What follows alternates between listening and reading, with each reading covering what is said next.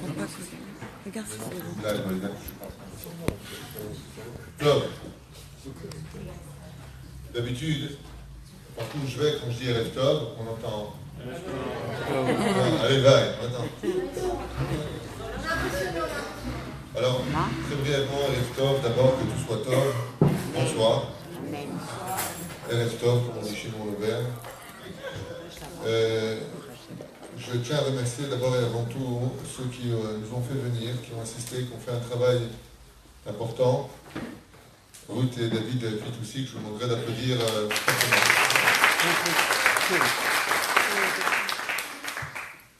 Betty Calvo. Betty Calvo et son mari. Ouais, mais si je dis Betty Calvo et son mari, après ils vont dire que tu as vu, c'est grâce à nous et tout. Laisse tomber. Betty et. Ouais, que Betty, il dit. Et son mari qui, hors de chaîne, nous rejoignent. On est en contact, il y a beaucoup de gens importants ici. Je vous remercie d'être nombreux. On est aussi ici pour l'élévation d'un garçon que je n'ai pas eu le bonheur de connaître de son vivant, mais qui m'avait contacté par téléphone. Un soldat qui a servi dans les rangs de l'armée d'Israël et aussi dans les rangs de l'armée de la Torah, parce qu'il était dans une teshuva assez phénoménale. Jonathan, je crois. Jordan, tant pour moi, il fallait que je me rappelle Jordan, mais. Attendez, une personne. Ben Simon, Bezrat Hashem. On est là aussi pour les Nishmat de Pinchas Ben Yaakov Yitzhak. L'Askara aura lieu donc toute cette semaine, le Gimel du mois de Hadar. Avec votre permission, on citera aussi les Nishmat de Rivka Chaya Bat Mona Suzanne, Aléa Shalom. Amen. Tous les métiers d'Israël, une bonne Refoua Shlema pour tous les malades d'Israël, Chaim Tovim ou Shalom. Et pour votre réussite ici dans la ville d'Ashkelon, que j'ai connue il y a plus de 27 ans, ça fait 30 ans que je vis en Israël, j'ai vécu 3 ans d'Itivot, donc je venais souvent à Ashkelon. Il y avait un très grand rave qui vivait ici à cette époque. Et on peut dire que la ville a, changé, grandi, s'est modernisée. Baruch Hashem, Zachinu. Le sujet de ce soir, bien entendu, je finirai par remercier mon épouse. Comme elle était folle de moi, j'ai dû l'épouser. Donc voilà, mon épouse qui m'accompagne partout où je vais. Baruch Hashem. Elle ne lâche pas. Une fois, je lui dis, je vais aux toilettes. Baruch Hashem. Donc, le sujet de ce soir, qu'on m'a demandé d'évoquer avec vous, si je veux, c'est sur la Ardout Hashem Torah d'Israël Chadou.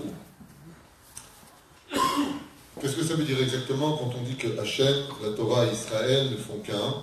Eh bien, ça veut dire ce que ça veut dire. Ça veut dire que, en 2 mots, on ne peut pas, sur la trait philosophique, s'attacher à Dieu.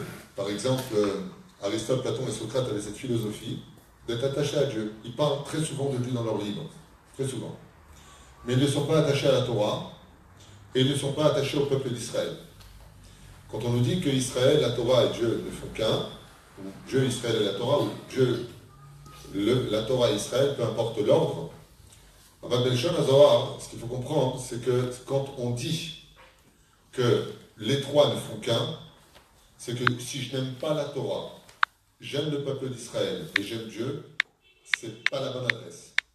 C'est pas le Dieu d'Israël dont on parle. C'est une culture païenne. Si je dis que j'aime Dieu, mais je n'aime pas ni le peuple, ni la Torah, je suis un philosophe de la vie, c'est pas le Dieu d'Israël dont on parle, c'est le Dieu de ton Yetzer Hara.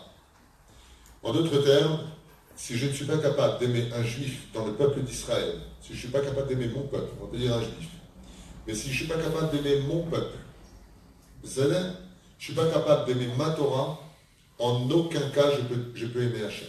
C'est des shtuyot, des mitzvot. C'est de l'avodazara. C'est tout sauf du judaïsme. De la même façon, les 3 ne font qu'un.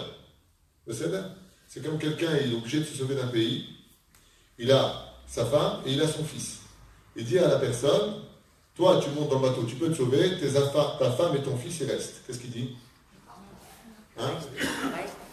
C'est un Tunisien, il dit je pars quand même. Résultat, si la personne elle est censée dans sa tête, il dit Habibi, on est un lot, on est 3, on est indissociables. De la même façon, on ne peut pas se séparer l'un de l'autre. Vous observez bien, le créateur du monde est composé des lettres de Yud Ke Vav Ke, 26. Le Yud Kei Vav Kei vit dans chaque corps humain. Très brièvement, si vous prenez un corps humain d'une personne, vous observez son crâne. Pour faire un crâne, il faut 26 plaquettes. 26 plaques pour faire une boîte crânienne.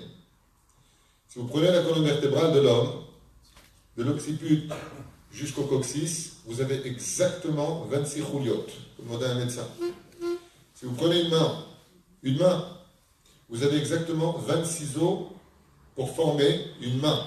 Vous avez les 14 phalanges, et si vous regardez exactement le nombre d'os que vous avez ici, ça racole 26. Si vous regardez votre pied, vous avez exactement 26 os pour créer un pied. Si vous regardez les côtes que vous avez, combien on a de côtes de chaque côté? 13. Et on en a aussi de l'autre côté, donc 13 et 13, 26. On peut faire ça pendant des heures. Dans le corps humain, on peut même aller jusqu'à la carte d'identité du sang qui s'appelle... Qui sont les lettres, si je les écris au tableau? Adnout. Aleph, Dalet, Nun, Yud. Perouch Hadavar, même la carte d'identité, ça a été vérifié en laboratoire, ça a été découvert par un très grand professeur aux États-Unis, puis c'est parti après en Europe, ça fait le tour du monde, dans les yeshivot aussi. Le système de l'ADN, c'est un système de rails avec des passives au milieu. Vous avez déjà vu? Oui. Vous connaissez l'ADN? Oui. Bien fait. Quand ils ont commencé, les scientifiques, à s'intéresser à l'ADN, ils se sont rendus compte qu'il y avait une coupure de façon répétée. Vous avez vu ça? Combien on a de barrettes? On va appeler ça des barrettes. 10. Ensuite, il y a une coupure. Ensuite, combien? 5. Après, il y a une coupure. Après combien? 6. Après, une coupure. Après combien? 5. Après, une coupure. Après combien? 10. Et ça recommence. Yud Kei Vav Kei, Yud Kei Vav Kei, Yud Kei Vav Kei. L'ADN. Scientifique. Vous tapez ça sur l'ordinateur, sur Internet, vous le verrez de vos propres yeux. Je l'ai fait, je l'ai compté. Moi, ce qu'on voit des choses comme ça, je ne prends pas. Il faut que j'aille vérifier. J'ai vérifié. Je ne vérifie pas tout, malheureusement, ça coûte cher des fois. Il y a des gens qui te lancent des choses et tu vérifies et plus tard, c'est pas du tout ce qui sort. Ça, j'ai vérifié un par un, c'est 10, 5, 6, 5. 10, 5, 6, 5. On parle de l'ADN. Donc, pour tout le monde. Ils ont même découvert aux États-Unis, il y a 22 ans de cela à peu près, un gène dans le sang des Kohanim. Que celui qui est Kohen, il a une cellule supplémentaire dans son sang que tu ne trouves chez personne d'autre au monde. À tel point qu'ils ont fait une analyse sur un Kohen aux États-Unis, il n'avait pas le gène. Ils ont fait une enquête sur sa famille, ce n'était pas un Kohen. Pour vous dire à quel point Hachem, il est en nous. Maintenant, je ne vais pas vous dire au niveau Emouna, Dieu est en toi, il est en toi, il est en toi, il est en toi. Il est chez tout le monde. Je ne vais pas vous dire ça. Tachles, sans Emouna, on parle Tachles. Prenez un squelette, regardez de quoi je vous parle et vous verrez que vous y trouverez constamment le chiffre de Dieu. Parce que le Créateur du monde, il est en nous. Et toute la Torah, elle est aussi en nous. On a parlé de Dieu, d'accord, et la Torah, on a dit qu'on est tous réunis les uns les autres. Très bien. Bon irel, combien on a de membres? Non, 4, c'est un mutant, mec. Combien on a de membres? 248. Combien on a de mises positives? 248. Combien on a de tendons qui font fonctionner les bras, les mains, la tête tournée? C'est les tendons comme des câbles. Combien on en a dans le corps humain? 365. Gematria. Chassa. Chassa, c'est les misot lotas. Quand je prends un corps humain, j'y trouve toute la Torah.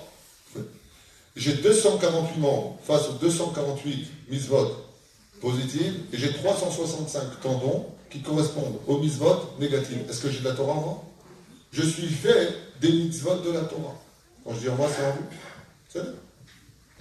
Qu'ils soient marocains, algériens, tunisiens, libyens, syriens, français, peu importe. Le Créateur du monde nous a créés avec le plan de la Torah et l'âme qu'il a insufflée dans l'homme, c'est lui. C'est une partie de lui qu'on appelle Helek Elokan Mahal. Comme dit le Rabbi Lubavitch, Shalom, Mamash. Ne crois pas que c'est la philosophie. Vous êtes partie de la chaîne. Ça, c'est pour l'homme, nous on le sait. La deuxième chose, est très intéressante, c'est le Sefer Torah. Avec dans le Shnei Luchot Abrit, il écrit comme ça, faites plus de bruit qu'elle. En plus, j'étais en train d'écouter ce qu'elle dit, vous m'avez envoyé. Dans le livre Shnei Luchot Abrit, il explique là-bas, et dans d'autres livres, que selon la tradition, je ne l'ai jamais compté, je vais aller avec la bouche, vous avez du temps, il y a 600 000 lettre. Est-ce qu'il paraît? Celui-là, il va bien. C'est ma femme, là, t'as jamais lettre. Si maintenant, il manque une seule lettre dans le Sefer Torah, tout le Sefer Torah, il n'est pas soumis. Tout le Sefer Torah. Rabbi Nachman avait l'habitude de dire, le jour de ta naissance, c'est le jour où Dieu a estimé que la terre ne pouvait plus vivre sans toi. Mais la reine, s'il manque un seul juif dans le cœur de l'autre, on a dit que dans le Sefer Torah, il y a l'homme et il y a Dieu, puisque Chad ou, qu'on comprenne bien de quoi est-ce qu'on parle. Dans le Sefer Torah, si moi je ne suis pas capable d'aimer l'autre, si je ne suis pas capable de vivre en paix avec l'autre, automatiquement le Sefer Torah qui est en moi, le Ramah Evarim et Shassagidim, il n'est pas soumis. Pourquoi? Parce que je serai touché automatiquement par la Elokout qui est en moi. Et donc, si je ne suis pas capable de considérer un juif dans ma vie, eh bien, c'est que le Sefer Torah que j'ai dans mon cœur, ou le Sefer Torah qui serait pour moi mon Sefer Torah, il est automatiquement pas sourd. Mais la reine, nous, en tant que juifs, nous correspondons tous à une lettre de la Torah, d'où le minhag kabbalistique et ancestral, de que quand on lève la Torah, qu'est-ce qu'on dit? Vezot la Torah, Asher Sa Moshe, Lifne Bnei Israël. Ouais, c'est ce que vous dites. C'est pas pour dire téléphone maison. C'est pour bien dire que Vezot la Torah, qu'est-ce qu'on regarde au niveau du Pshat? On regarde où est-ce qu'on va lire la Torah. Il faut voir que c'est la bonne paracha. Au niveau du Drash, les Chachamim, ils disent non, il y a une Ségoula. C'est quoi Ségoula? Ils disent la Ségoula, si tu t'appelles par exemple Pinchas, tu cherches la lettre P dans le Sefer Torah. Tu regardes la lettre P, tu t'appelles David, tu recherches la lettre Dalet. Tu t'appelles Sarah, tu recherches la lettre Shin. Et alors qu'est-ce que ça me rajoute? Chazal, ils disent quand tu regardes cette lettre-là, Marich Yama Vishnotav, c'est une Ségoula pour la longévité de la vie. La reine, et quel rapport avec ça? Les Chachamim, ils disent parce que quand tu trouves la lettre de ton nom dans le Sefer Torah, c'est peut-être de toi dont on parle là-bas. Parce que tu es une lettre du Sefer Torah. Ce qui fait que si tu aimes le juif, mais que tu n'aimes pas le Sefer Torah, tu n'aimes pas l'unité d'Hachem. Et où est-ce qu'il est Hachem dans le Sefer Torah? Où est-ce qu'il est Hachem? On a trouvé la Torah et Dieu chez l'homme. On a trouvé maintenant dans la Torah l'homme. Mais Hachem, il est où? Hein? On parle du Sefer Torah. Il est où Hachem dans le Sefer Torah? Comme ça, vous le saurez. Hein? Il est dans le 5 livres de la Torah. Alors moi je dirais qu'Hachem il est partout. Ça on a réglé le problème. Ah ben, il faut Hachem, la Torah. Vous savez c'est quoi la Torah? Je vais vous dire en un mot pour ne pas perdre de temps parce que je ne veux pas faire un show qui dure 5 heures. Un Sefer Torah de Rotaï de Rabotaï, ce n'est rien d'autre que le langage d'Hachem. La parole d'Hachem, c'est le Sefer Torah. Si un jour vous posez la question, c'est quoi un Sefer Torah? Un goy vient vous voir et vous dit, Tagili Yehudi, toi le juif, c'est quoi un Sefer Torah? Tu lui répondras tout simplement, la parole d'Hachem. C'est quand Dieu écrit une lettre à son fils, qui lui explique ce qu'il attend de lui, le pourquoi de sa vie et le contenu de ses devoirs en tant que juif, ça s'appelle le Sefer Torah. C'est pour ça que la Torah est composée constamment du verset qui se répétera in vitam aeternam, wa yidaber Hashem al Moshe lemor, daber el ben Israël, daber, vayomer, vayidaber, vayomer. Et j'ai, vous ne savez pas quoi écrire ou quoi? La Torah te répète, comprends bien que la Torah c'est mon langage. Quand Hachem nous parle, il parle par le Sefer Torah. Il y a une époque, aujourd'hui malheureusement ça ne se fait pas, mais il y a une époque, il n'y a pas tellement longtemps, il y a encore 70 ans en arrière, et ce depuis le Temple. Quand on avait un problème, on n'appelait pas l'avocat. Quand on avait un problème d'ordre majeur, familial, couple ou autre, les gens venaient le Beth Knesset, les hommes se couvraient d'un talit, ils ouvraient le Echal, ils mettaient le talit sur eux et ils parlaient avec le Sefer Torah comme s'ils étaient venus parler à Hachem Mamash. Et le peuple d'Israël faisait exactement pareil. Elle venait de poser les mains sur les portes du Echal et elle parlait avec Hachem. Pourquoi? Parce que le rendez-vous de la parole, c'est la Beth Knesset. La Knissa, le lieu de la parole dans le monde, par excellence, là où la parole doit être le plus contrôlée, c'est ici. C'est pour ça que je vous donne un bon conseil. Quand vous êtes dans une Beth Knesset, surtout apprenez à vous taire. Vous voulez parler, vous avez à peu près 3 km de trottoir. Alors, Beth Knesset, Shalom, Mashkatra, maximum. À part ça, tu es venu pour prier, tu n'es pas venu pour parler, vous le savez. Nashim kekvarim, kama hamour le deber de Knesset. Pourquoi? Parce qu'ici, il y a un Sefer Torah. Et les Chachamim, ils disent, Maï Sefer Torah, dvarav shel kudsha berichu. C'est les paroles du Créateur du monde. Dans la Torah, on t'explique, Dieu te parle à toi directement. Shenema, Anochi, Hashem, Elokei, Cha. Je suis venu te parler à toi. Je suis l'Éternel ton Dieu qui t'a fait sortir du pays d'Égypte. Je m'adresse à toi. C'est un langage. En ce qui concerne le Créateur du monde, eh bien, c'est très simple. Hashem, Ishtavar, Vitalesh, Moulahad, s'est introduit dans le corps de chaque Ben Israël, les Bat Israël. La Neshama que vous avez, si un jour on vous pose la question, on dit, c'est quoi un juif? C'est quoi un juif? L'abruti va te dire la vérité chivement. Te bête. Mazeliot Yehudi. C'est quoi? Vous avez un Eved Hashem? Vous avez des goïms qui travaillent Dieu plus que vous. C'est l'olachon.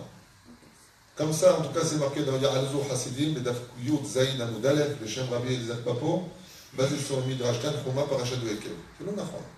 Là-bas, c'est marqué une forage, les nations du monde travaillent mieux Hashem que nous. C'est l'olachon. C'est pas ce qui fait de nous des juifs. Il y en a qui jeûnent 40 jours, il y en a qui prennent, les bouddhistes, ils se mettent pendant 3-5 jours dans la forêt avec des cascades sur la tête. Nous, si on prend une douche à Penchet, c'est quoi cette douche? C'est pas en ça que nous sommes juifs. Ce n'est ni par les mérites de nos mitzvot, je vais vous étonner, mais je suis désolé, c'est ce qui a marqué. Ce n'est pas parce qu'on fait Torah en mitzvot qu'on est juif. Ce n'est pas ça qui nous fait de nous le peuple élu. Mais qui lit la Neshama? Hein? Oui, mais pourquoi? Je dois vous poser une question bête, mais une question qui demande réflexion. S'il y a 10 juifs qui parlent, ils sont dans un coin, il y a 10 juifs. Qu'est-ce qu'il y a avec eux? La Shekhina. Et s'ils ne font pas Torah au mitzvot, il y a la Shekhina. La Shekhina, là où il y a 10 juifs, et peu importe. La Shekhina, elle descend. Parce que la valeur d'un juif, comme enseignait d'ailleurs toute la chassidoute, la Tanya lui-même, là où il y a un juif, il y a toute la Kedusha d'Hachem. Même si ce juif-là, c'est le pire des juifs. Même si cette juive, c'est le Gilgoul de Persifleur, ouais, Persifleur, c'est dans le Walt Disney. Un juif, il y a quelque chose en lui que tu ne pourras jamais comprendre. Il y a qui en lui, c'est quoi être juif? Il y en a un qui l'a utilisé à ses intérêts personnels, il s'appelait Jésus. Et marche dans Zéchelo. Lui, qu'est-ce qu'il a fait? Étant l'élève de Rabbi Yeshua Pelachia, il a utilisé le slogan de la Kabbale qui dit que dans chaque juif, il y a Dieu. Donc il a dit, je suis Dieu. Voilà. Enfin, ce qu'il a dit, c'est une réalité. Pas pour lui, pour nous tous. Parler avec un juif, c'est une forme et une façon de parler avec Dieu. C'est ce que j'expliquais ce matin dans le cours d'Amalek. Amalek, il lutte contre le peuple d'Israël, contre Dieu. C'est le cours de ce matin.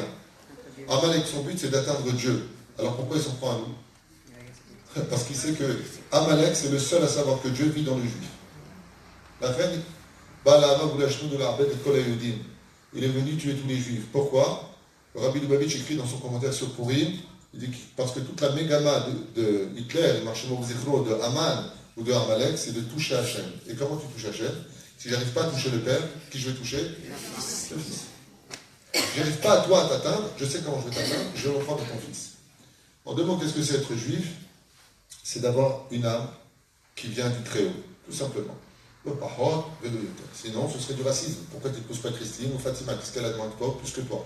Parce que toi, tu fais Lili, Fatima, elle sait le faire aussi. C'est pas ça qui va faire de toi le sgan fine, you know?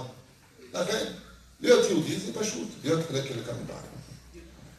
Vous savez que le Zohar nous dit que la plus grande force du peuple d'Israël, du peuple d'Israël, comme il a envoyé une femme qui fait des rêves prémonitoires, ce matin elle m'envoie un message et elle me dit, j'ai fait un rêve, dans le rêve on est venu, me parlait de la Géoula, et on m'a dit de vous dire que la Géoula était très très très très très très proche. C'est ce qu'elle a dit. Est-ce qu'elle a fait Masachet Mito, est-ce qu'elle a fait Malchat Chalomot, c'est ce qu'elle m'a dit. Et elle m'écrit, j'ai le message ici sur moi, je peux vous le montrer. Et elle dit ici à la fin, qu'est-ce qui manque pour que le Mashiach puisse venir? La hardout dans le peuple d'Israël. Tracer hardout. C'est la tarana de ce un ange l'aurait dit dans ses rêves. Que ce soit vrai, que ce soit faux, c'est pas important parce que de toute façon, ce qu'elle a dit, c'est une ouvda dans les livres. Prenons le cas de la Hardout, puisque nous devons parler ce soir de l'unité. D'après vous, qu'est-ce qu'il y a de plus fort? On est tous Shomer Shabbat, Shomer Mitzvot, on étudie tous la Torah, mais personne n'aime l'autre. Ou, Khalil Abechas, que Dieu préserve, on est tous Mehalel Shabbat, on ne mange pas kasher, on est Khlat HaJamla, mais on vit dans le Shalom. Khlat HaJamla, c'est un mot yiddish. Le Zohar HaKadosh nous dit, Afilu Am Israël, même si le peuple d'Israël, Goy Echad Baaretz, Ovdim Avodah Zara, ils sont tous dans l'Avodah Zara, c'est-à-dire qu'ils parlent en des statues, tout ce que vous voulez. Avaleshem Ardout Benehem, ils s'aiment tous les uns les autres. En Midat Adin Yachola Lekatre Galem Klal. Aucun ange accusateur n'a le droit de venir devant Hachem pour déclarer la guerre à ce peuple. C'est la question qui est posée à propos de Nimrod. On pose la question à Nimrod, on dit je ne comprends pas une chose. Regardez ce que Dieu a été obligé de faire. Parce que Dieu s'est inclus dans les lois que lui-même il a créées. On pose la question pour Nimrod. Nimrod, Roti Nimrod Bachem, il fait la tour de Babel. Ouais. Il arrive en haut. Nous, qu'est-ce que tu fais? Il lutte contre Dieu. Et il dit, Morel, Gibor, c'est un Gibor, c'est pas n'importe qui Nimrod. Il veut lutter contre Dieu. Et il ramène avec lui toutes les nations du monde à fabriquer cette tour. Je t'en supplie, c'est quoi la punition? Mais c'est quoi la punition? Tu meurs de rire. Bon, dans Maseret Sanhedrin, Bedafkouf Tead Amudalev, et aussi dans Maseret Brachot, on nous dit que ceux qui sont montés le plus haut pour se moquer vraiment d'Hachem, pour faire soi-disant du mal à Hachem, Akadosh Baruch Hu les a transformés en kofim, en singe, en cheetah. Ouais. D'où les fossiles que vous trouvez, l'homme qui vient du singe, ça vient de cette époque. L'homme ne vient pas du singe. Dieu a transformé les hommes en singes. C'est toute la différence. Comme ça dit la Gemara, il y a 1700 ans en arrière. Bien avant Darwin, il y a 3 siècles. C'est-à-dire ceux qui étaient en dessous, au-dessus, qui étaient pires, qui sont vraiment voulus pour séparer le nom d'Hachem, il les a transformés en Ruhot Velili, nous dit la Gemara. Et les autres, ceux qui étaient en bas, comment il a fait Hachem? Il bilbel lahem et alashon. Au niveau du pshat, c'est pas du tout ce que ça veut dire. Tu peux traduire, s'il te plaît? Ben, c'est ce que je suis en train de faire. Ah. J'ai oublié de dire, ma femme c'est un kit, c'est secrétaire, épouse, cuisinière, traductrice. Ouais. Tunisienne, quelques-unes algériennes. Pardonnez-nous. Ardout, alors, mais moi je le prouve, voilà. Remettons. Pardon, Hachem. Et la reine d'Israël d'Ishmaïa, qu'est-ce qu'il a fait? Bilbel la met à la Shemot. C'est une question à vous poser. Pourquoi Hachem, il a eu besoin, si on n'est pas au GAN, avec les enfants, qu'est-ce que tu vas leur dire?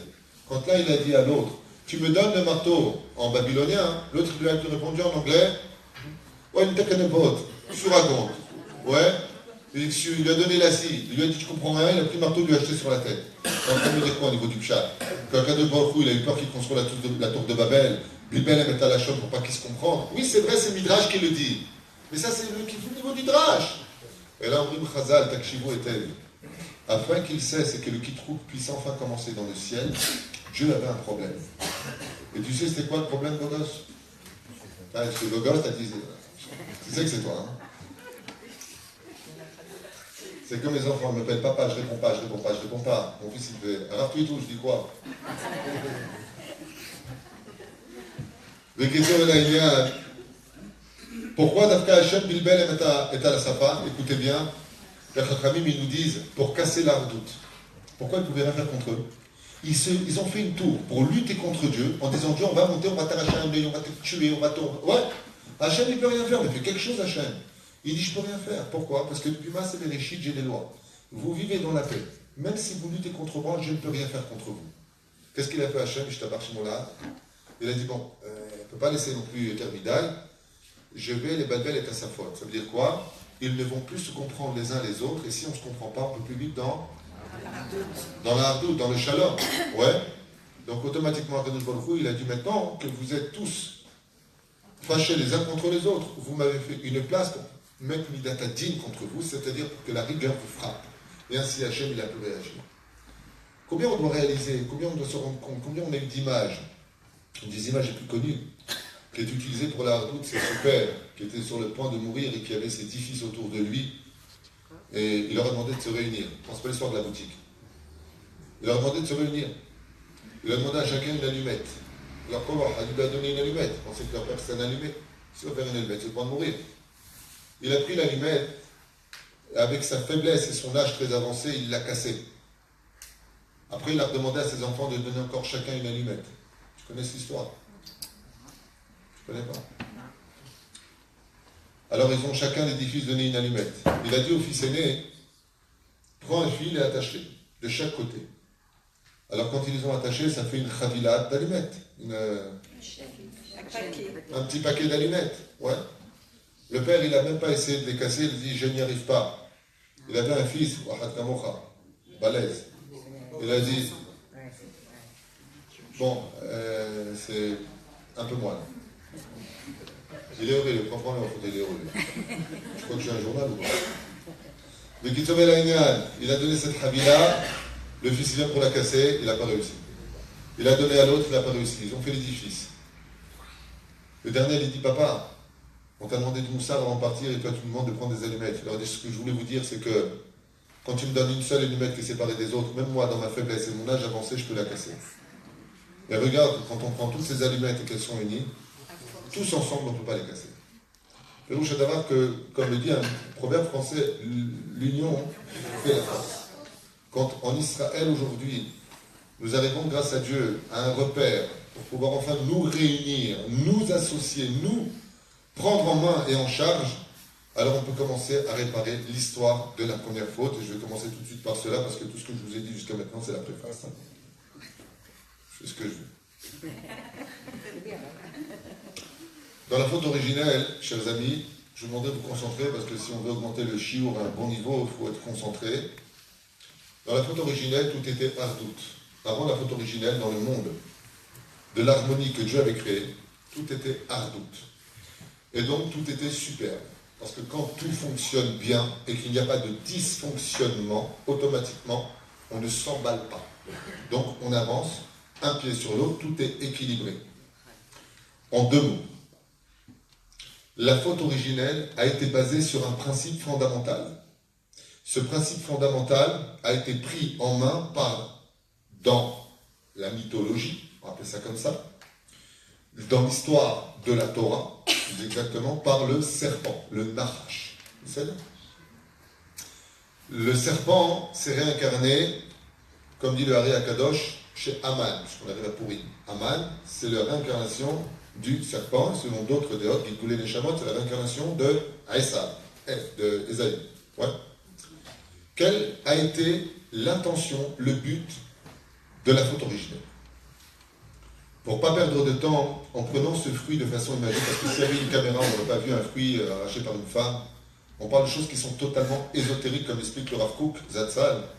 On parle de choses qui dépassent complètement l'esprit humain. Mais on est obligé d'avoir un langage d'enfant pour comprendre de quoi est-ce qu'on parle. Ouais. Quand Akadosh Baruch Hu, il leur a dit, vous mangerez de tous les arbres, mais celui-là, vous ne le consommerez pas. C'est parce que l'ordre obtenu de l'équilibre du monde dépendait essentiellement de 2 arbres, l'arbre de la vie et l'arbre de la connaissance du bien et du mal. Vous me suivez jusque-là? Pour pouvoir consommer l'arbre de la connaissance du bien et du mal, il fallait d'abord consommer de l'arbre de la vie. C'est pour ça que le Rabbi Lubavitch a donné un conseil que je donne à tout le monde, qui n'est pas simplement un conseil de la chassidut, c'est le conseil de la vie elle-même. De l'âge de 0 jusqu'à 20 ans, que tu auras à ton fils. À l'âge de 20 ans, qu'il sorte apprendre à mettre chez Le Rabbi avait fait d'ailleurs à cet insu... quand il est parti à Paris à la Sorbonne pour montrer qu'un homme qui grandit dans la Torah a fort bas des coups là-bas. Il a eu ses doctorats, il a eu pour montrer que tu n'es pas obligé de faire des études de Chol pour être capable de répondre. Et grâce à Dieu, il manquait des enfants qui ont grandi dans Talmud Torah, sont partis apprendre des métiers pour l'un et pour l'autre, peu importe. Ils n'étaient pas du tout en retard. Bien au contraire. Bien au contraire. La Torah, Markim, est à Adam. La Torah rend l'homme intelligent, elle le rend posé, elle le rend effectif au niveau de ses pensées. Elle rend le cerveau de l'homme mature. Elle lui permet de distinguer les choses et d'apprendre les choses. Mais la reine d'Israël d'Ishmaïa, il fallait d'abord consommer de l'arbre de la vie et seulement après l'arbre de la connaissance du bien et du mal. Bekitsur Gurotay de la Bretagne, en touchant à cet arbre de la connaissance du bien et du mal, tout est tombé par terre. Il y a eu ce qu'on appelle le monde des mélanges. On s'est mélangé. On s'est mélangé de telle façon à ce que les ordres ont été désordonnés. Le bien et le mal se sont mélangés. C'est pour ça que notre tikkun, toute notre vie à nous, par le biais de la Torah des mitzvot, on m'a tovim, ce sera de faire la différence, la ben Kodesh lechol, uven or lachoshech, uven Israël la'anu, uven yom hashivei, les sheshetim ha'maaseh. Savoir faire la différence constamment entre ce qui est bien et de ce qui n'est pas bien. Ça c'est bien, ça c'est pas bien. Soumera ba'asekol. Il faut absolument que tu saches, dans ce monde et dans cette génération qui est si compliquée, mais qui est certainement la plus belle de toutes les générations, faire la différence entre le bien et le mal, chose qui n'est pas évidente aujourd'hui. Aujourd'hui, comme c'est marqué dans la Masechet Sota, même tête à nous bête, vers Emet Ne'ederet. Le Emet sera absent de la surface du monde le jour de la dernière génération de celle qui viendra avec le Mashiach. Emet Ne'ederet. Ça non. Mais la reine, nous avons un tafkid. Malheureusement, dans la faute originelle, ce qui s'est passé, qui est dramatique, c'est qu'on a aussi séparé quelque chose qui nous dépassait complètement au niveau de l'esprit. C'est le nom d'Hachem. Le nom d'Hachem est composé de 4 lettres. Yud-Ke, Vav-Ke.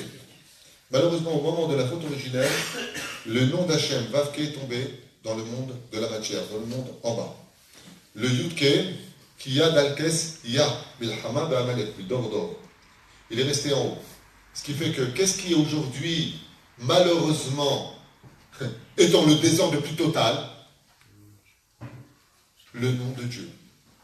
Le nom d'Hachem, il n'est pas complet. Le Yud-Ke est en haut, le Vav-Ke est en bas. Comment on va monter? On n'est pas des pompiers. Comment on va faire? On a une mission.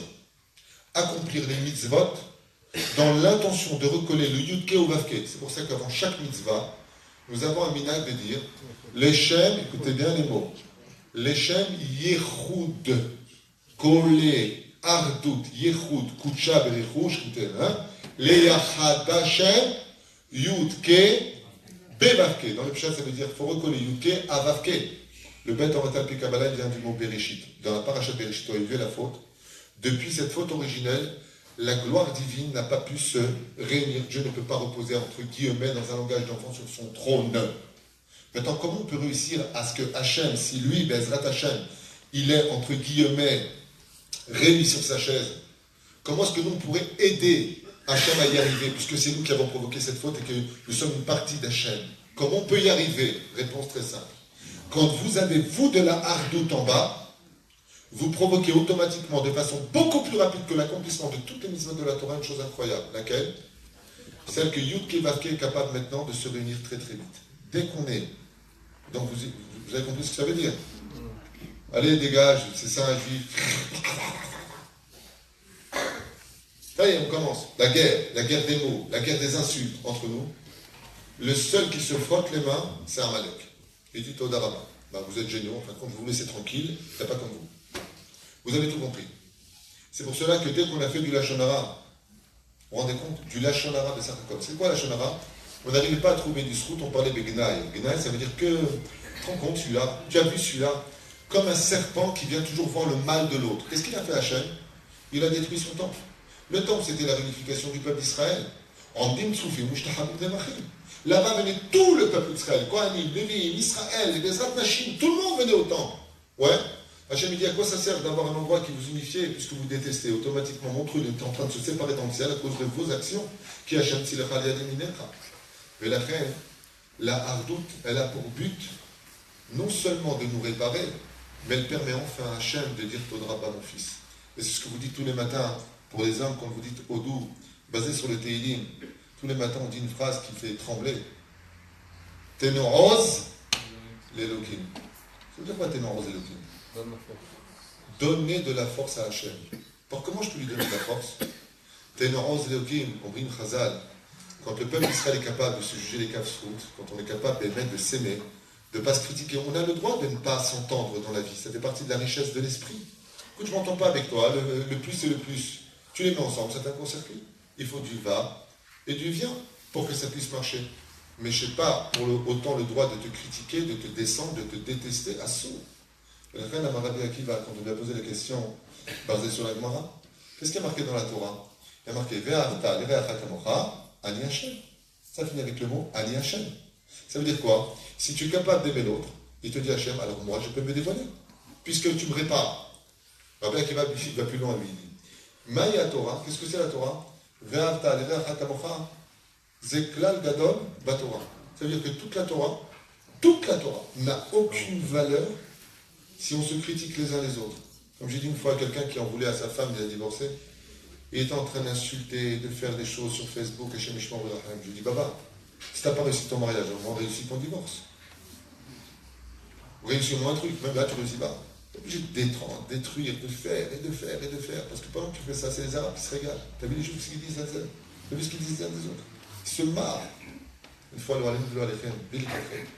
j'étais au cotel, il y a des juifs qui se prennent la tête, ils sortent de leur voiture et ils se tapent dessus. Qui c'est qui les a séparés?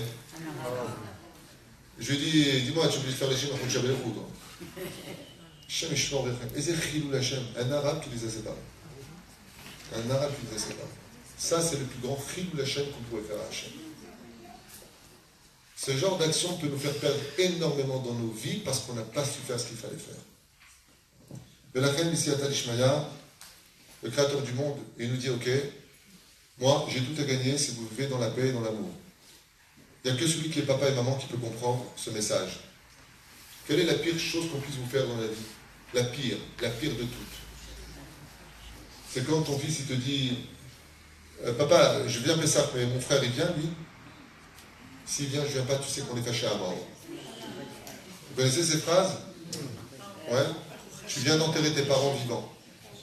Ou alors pire, tu es à la table de Shabbat Kodesh, tu as plein d'enfants. Et devant toi, tes enfants, ils s'insultent, ils prennent les verres, allez, dégage, ils se comportent comme Hachem Ishon Virachem. Devant les parents. Qu'est-ce qu'il dit le père en général? Il dit, excusez-moi les enfants, vous savez que je suis là? Il ne va pas non, le père, il ne dit pas qui a tort, qui a raison, il ne prend pas parti, il dit juste une phrase. Mais avec celui qui est papa, qui a des enfants à table, qui peut comprendre ce que je dis. Quand tu rentres dans la chambre, tu entends du bruit, tu vois ton fils qui est en train de jouer, qui saute sur le fauteuil, tu ne lui en veux pas. Si tu rentres dans la chambre et tu vois que tes deux fils sont en train de se massacrer de coups, tu les regardes et d'un coup, c'est toi qui es touché personnellement. Comme si que toute ta vie à toi venait de basculer. Mais qu'est-ce que vous faites? Comment tu frappes ton frère? Le créateur du monde nous l'a dit cette phrase. Quand il a dit à Caïn, Aya Achicha, où est ton frère? Parce que les sangs de ton frère montent jusque moi. Il lui a dit les cris de... Ça veut dire quoi? Où est ton frère? Hachem, dans cette phrase, enseigne la chassidoute, il a voulu montrer à Hachem que pour un père, il n'y a pas pire au monde que de voir ses enfants se disputer. Imaginez un père qui n'a pas vu ses enfants depuis très longtemps. Il tape à la porte, et avant de taper à la porte, ils entendent qu'ils s'insultent, et ils se maudissent, et ils se font du mal. Chas v'shalom. Il tape à la porte d'après vous. Il est avec plein de cadeaux. C'est pour ça que ma chère, il ne peut pas venir si on n'a pas de leur doute. Ma chère ne peut pas se présenter dans un monde où la mère, elle vient pour apporter des cadeaux à ses filles, et elle les entend s'insulter, espérons que tu crèves, tu vois ce que je vais te faire. Mon Dieu, ce que j'ai fait venir, j'aurais préféré ne pas entendre ce genre de choses. Ça, c'est les prinat Hachem. Maintenant, on va passer de l'autre côté, si ça vous intéresse. Vous avez 2 heures? On va passer un peu de l'autre côté. Bon, ça, on a vu pour Hachem, l'intérêt pour lui, c'est qu'à cause de la faute originelle, le trône divin n'est pas unique. Le peuple d'Israël a pourri, il a atteint le plus haut degré d'amour pour Hachem, il était uni. On a reçu donc la Torah Be'ahava, comme c'est marqué dans la Torah, le peuple d'Israël, il était posté, Rachid dit qu'Ishechad el Avechad, un seul homme, un seul cœur. Maintenant, on va voir l'intérêt qu'on a de cela. Qu'est-ce que ça nous apporte? Maran Ben Ishraï, Zecher Tzadik V'Kadosh Imachas Ruto Tegen Alenu, il dit comme ça, il dit que quand une personne partira de ce monde, il aura des comptes à rendre. Ça s'appelle Din Beheshbon. Il dit, mais il y a un problème avec ça. Il dit que le problème, c'est que moi, je ne suis pas Cohen, je ne suis pas Lévi. 90% des mitzvot de la Torah dépendent d'Eretz Israël. Peut-être que je vais à Brooklyn, peut-être que je vis à Paris, peut-être que je vis à Hong Kong.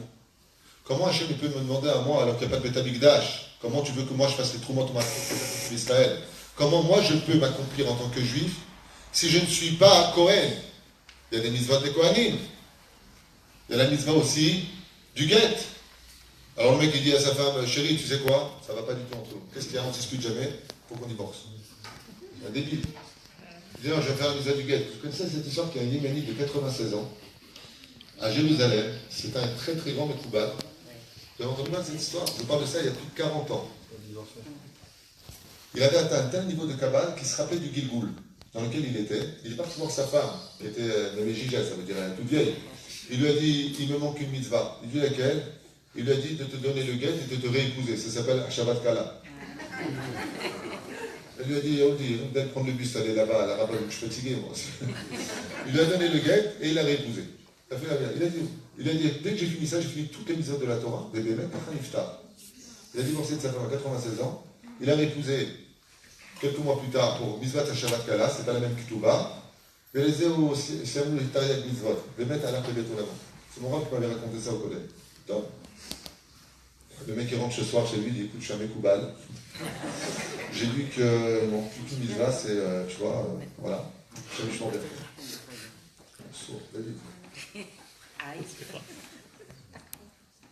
le Ben Ishraï dit, est-ce que c'est possible d'après vous qu'on puisse dire à Hachem, oui, j'ai fait toutes les mitzvot de la Torah?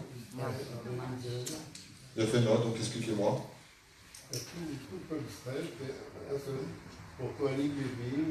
Donc comment je peux l'accomplir, dit Ben Ishraï, c'est ce que vous avez dit. Le Ben Ishraï dit comme ça.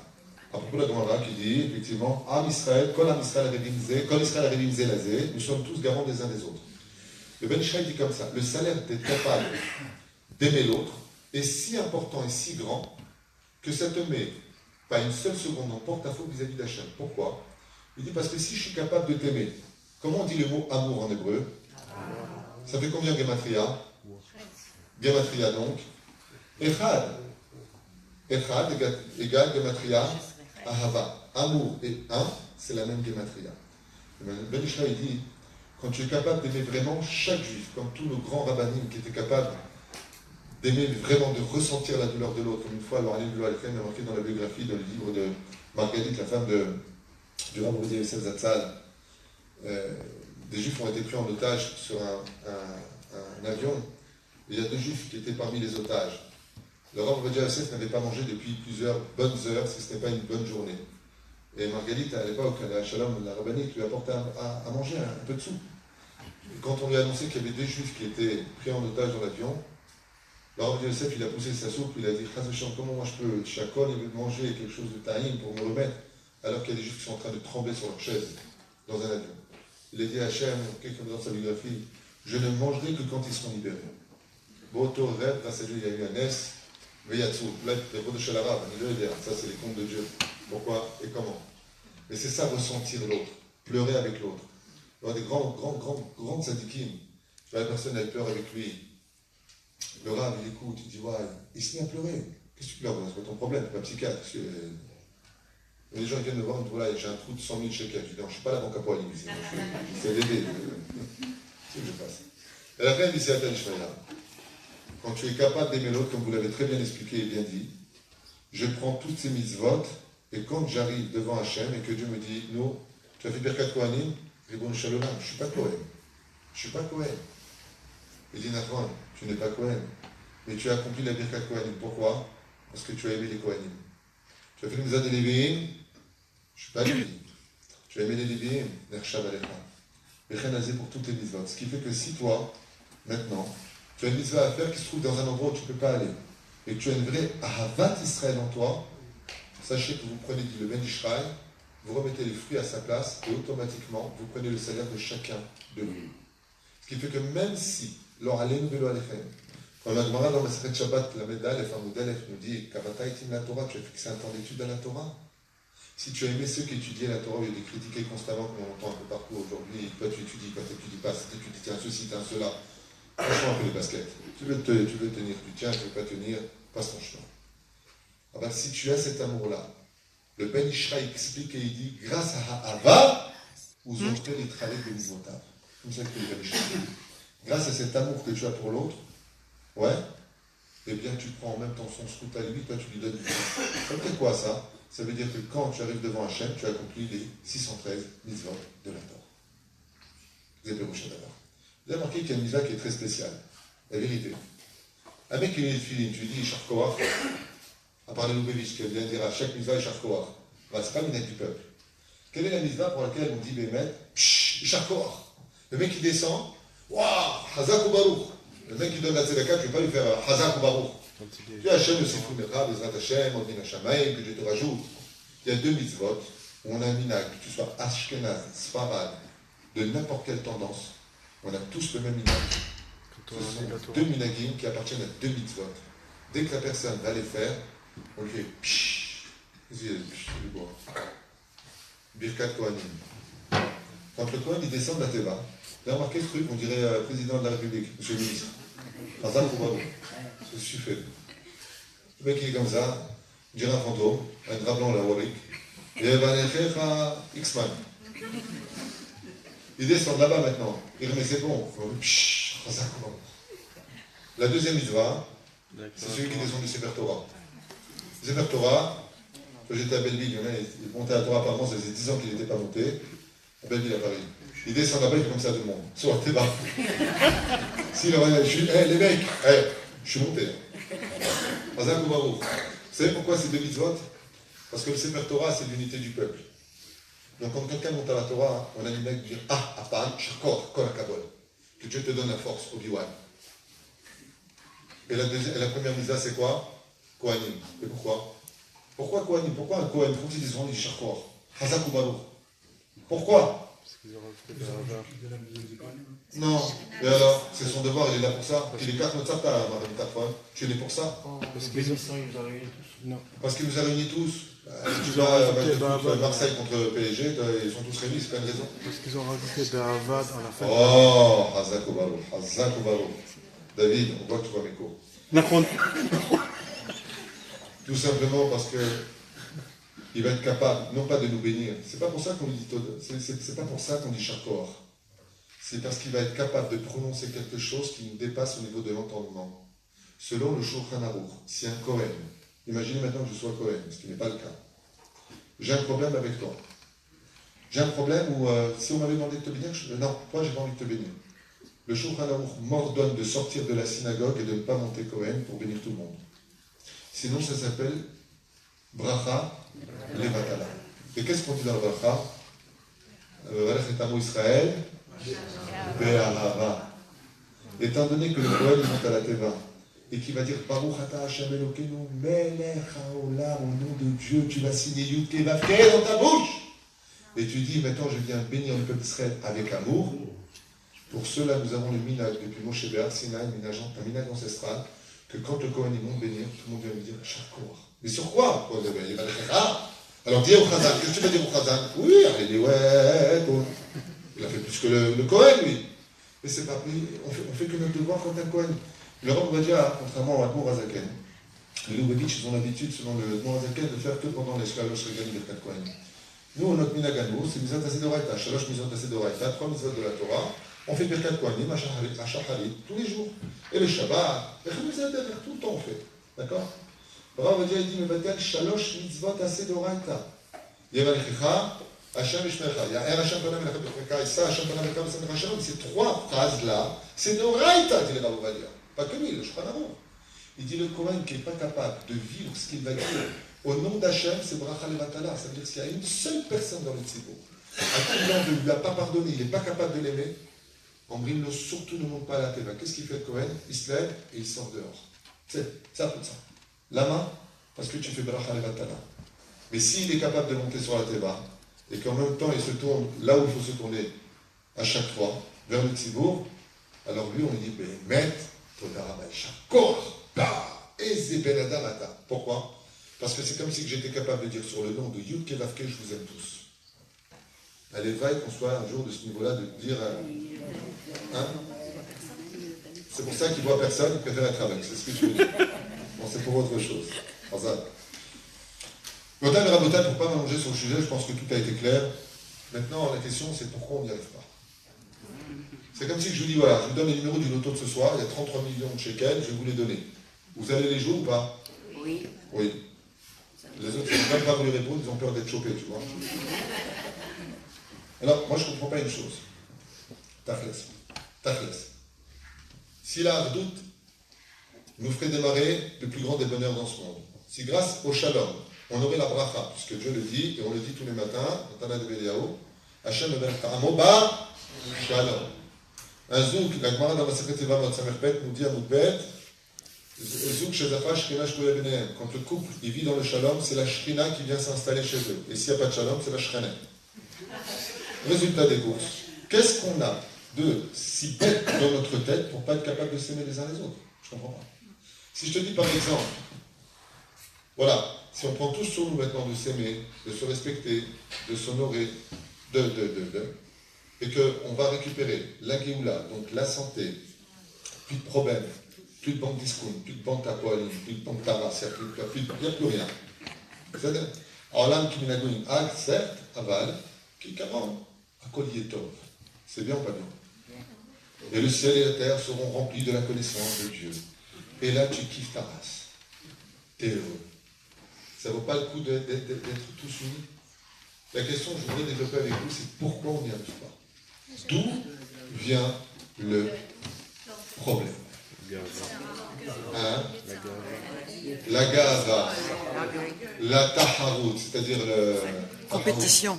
La Compétition. jalousie, tout ce que vous voulez. Hein? On ne partage pas assez. D'accord. Donc on n'est pas assez généreux. D'accord.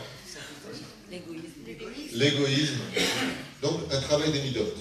C'est ce que vous dites ensemble. On pense que s'il n'y a pas de doute, si le truc à appuyer dessus pour régler le problème, c'est qu'on s'aime tous les uns les autres, tu fais comme en 1968, peace and love, tu prends le pantalon d'éléphant, tu prends un joint blanc comme ça et tu dis oh, I love you. Oh, je vous aime. Peace and love. Hein? T'es cool, and again, tu chantes, prends un joint, oh, je vous aime. C'est débile. Je comprends pas. Si on te dit Shabbat, tu comprendrais que, ok, c'est difficile parce qu'il y a peut-être des contraintes, parce que c'est pas facile, parce que le seul que boulot tu es, tout ce que tu veux. Shabbat, c'est un engagement qui est lié à la fidélité, mais s'aimer les uns les autres. C'est pas une demande qui va au-delà que de la pensée. Puisque la Gemara nous dit Chabdeu ve Chajdeu. Ça veut dire que tu te dois respecter tout le monde, mais on ne te demande pas d'avoir confiance en l'autre. La faute des Olim Khadashim, qui montent déçus de certaines personnes ici, sont des gens qui n'ont rien compris au judaïsme. La Torah n'a jamais demandé nulle part d'avoir confiance en un juif. C'est marqué nulle part. C'est marqué Ma'aminim bene ma'aminim. Ça, c'est autre chose. Alors, la Gemara nous dit Chabdeu ve Chajdeu. Respecte tout le monde, mais méfie-toi de tout le monde. Ça, c'est ce que te demande la Torah. Et nous, on comprend rien. Je ne comprends pas ça, un juif, celui-là, il a fait comme ça, moi. Un juif. Et la reine, écoutez bien. Ouvrez bien quand vous aurez. Le vrai problème que nous avons, c'est parce que malheureusement, nous sommes en divorce intérieur. C'est-à-dire qu'il est impossible d'être capable de nous aimer les uns les autres si nous-mêmes, on n'a pas fait le shalom. Écoutez bien ce que je vous dis, je vous dis un très grand secret psychologique. Si on n'est pas capable soi-même d'abord de vivre en harmonie entre l'âme et le corps. Si vous avez compris ça, vous avez tout compris. C'est pas compliqué. C'est une phrase qui demanderait des heures d'explication, mais je vais vous dire ça en quelques mots. Comme le dit le Ramchal dans son livre Mesilat Yesharim et dans d'autres ouvrages, bien entendu, l'âme, elle est fait que le mal. Elle ne veut que de la Torah, que de la spiritualité. C'est une reine pour qui tous les plaisirs de ce monde n'ont aucune importance pour elle. Elles sont futiles. Le corps, lui, par contre, ce qu'il veut, c'est être grec. Il ne veut pas le pot de Nutella. Il veut les plaques de chocolat. Ce que veut le corps, c'est la fièvre du samedi soir. Le corps, il veut s'éclater. Le corps, il veut les plaisirs de ce monde. Il veut le goût. Il veut, comme dit le Rambam dans les Chodéot, ne soit pas comme le hamor et le chien, qui ne mangent que ce qui est bon à leur palais. Ça, c'est ce que veut le corps. Ce qui fait que depuis le début, le mariage de l'âme et du corps, c'est un mariage qui est rempli d'électricité, d'animosité, parce que le corps vient de la terre et que la neshama vient du ciel. C'est deux mondes. Vous avez déjà essayé de jeter un corps dans l'espace? Qu'est-ce qu'il fait? Il se congèle. Il fait moins de 230 degrés dans l'espace. Vous avez déjà pris une neshama qui vient dans ce monde, le Zohar Kadosh nous dit, on vient de le lire dans la paracha, la neshama avant qu'elle descende, elle pleure, mais bon, le chemin ne fait pas descendre, on le fait jurer deux fois, Ani et Tzadik, comme le Balatan, au nom de la Gemara. La neshama, elle ne veut pas du tout de ce monde, elle ne veut pas du tout, elle ne veut pas de tout ça, laisse-moi tranquille, elle veut un monde de lumière, d'amour, de hardout. La neshama, elle ne supporte pas ça. Maintenant, vous comprendrez, chers amis, que quand une neshama est dans un corps, et que la neshama, elle veut la Torah et les mitzvot, elle a encore la conscience, mais que le corps, lui, il ne fait pas ça. Qu'est-ce qui se passe entre la neshama et le corps. Rabbi Nachman, il dit, ça ressemble à une personne qui est en prison mais en liberté. Le symbole que donne Rabbi Nachman, il dit, c'est une personne qui est dans une prison, mais c'est une prison qui, malgré tout, le laisse en liberté. Ça veut dire qu'il n'est pas dans une prison comme on pourrait l'imaginer, mais il est malheureux parce qu'en fin de compte, il est dans des metzarim, il ne peut pas se libérer, il ne peut pas se lâcher. C'est pour ça que quand on va chercher la Torah et que notre corps et notre âme se marient, ça devient Ben Chorim, un fils de liberté. Ce qui fait que notre Neshama à nous, quand elle ne vit pas dans la joie, l'accomplissement de la Torah et des mitzvot, avec amour, avec enthousiasme, avec la joie de vivre, d'être capable de s'aimer, a dit Rabbi Akiva, en aucun cas tu peux aimer les autres. Kol aposel, bemumo posel. La Gemara nous dit au nom de Rabbi Yossi, tout celui qui voit des défauts chez ses frères ne parle que de ses propres défauts. Attends, tu me chaves quoi? Le mec il est chum, il est nana, il est nadine, ce que tu veux. Allez, c'est moi qui suis nana et nadine, qu'est-ce que tu racontes comme bêtise? Il ne te dit pas du tout. Parce que le secret de cette phrase veut te dire que quand tu es capable de vivre en harmonie, comme le plus grand des hommes qui était Moshe Rabbeinu à la Shalom, le jour où l'ange de la mort est venu le prendre, il lui a dit, attends Moshe, j'ai un problème. C'est qui le corps, c'est qui l'âme ici? Parce que je dois prendre l'âme, mais je ne vois pas la différence entre Tefila et Moshe Isha et Elohim, je ne vois pas. Il lui a répondu, mon cher Rabbeinu à la Shalom, c'est fait exprès pour que toi tu ne me touches pas. Et qu'est-ce qu'on apprend de ce midrash qui vient nous apprendre que l'ange de la mort n'a pas su distinguer entre l'âme de Moshe et le corps de Moshe? Qu'est-ce que ça vient nous apprendre? Comment Moshe a été capable d'aimer chaque juif et de prendre la défense de chaque juif et de défendre chaque juif au péril de sa vie. Quand tu vois Avraham Avinu à la Shalom qui dit à un petit tzadikim rachin, comment tu es capable d'aimer des gens comme Sodome et Gomorrhe, Hashem Ishmael et Rachel? Mais comment tu peux les aimer? Comment tu peux risquer ton olam haba en disant à Dieu, est-ce que vraiment tu as un tzadik Hashem de juger le tzadik le Rachel? Mais comment tu prends un tel risque? Réponse. Ben, quand tu t'aimes vraiment toi-même, que tu vis en harmonie totale, que tu vis sereinement, comme ce monsieur que vous avez certainement vu la vidéo, un fou furieux qui vient voir le Rabbi Lubavitch avec les évangiles et il croit. Vous avez vu ça? Moi j'aurais fini en couple kick sur place, déjà le mec il serait pratiqué comme ça, tu vois. Il vient et le Rabbi lui demande ce qu'il veut, il dit voilà, vous vous trompez, il dit au Rabbi. Et il lui tend les évangiles, en plus il lui tend les évangiles. Le Rabbi dans sa grande sagesse, il ne jette pas le livre devant lui. Dans la vidéo, le mec il se retourne à peine et il lui dit juste une phrase, écoutez bien la phrase. Il lui dit je suis juif ashkénaze et le Rabbi lui répond que Dieu vous donne une bonne réfoua chez moi.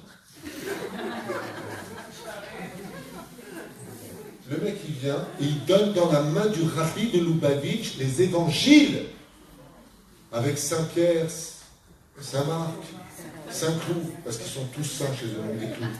Vous verrez ça sur le périphérique, à port de Saint-Cloud. Mais c'est un truc de fou, tu lui mets ça dans le nom au Rabbi, mais tu étais malade. Et vous regarderez la vidéo, qu'est-ce qu'il fait le Rabbi? Il prend ce livre, il le jette par terre, une fois qu'il s'est retourné.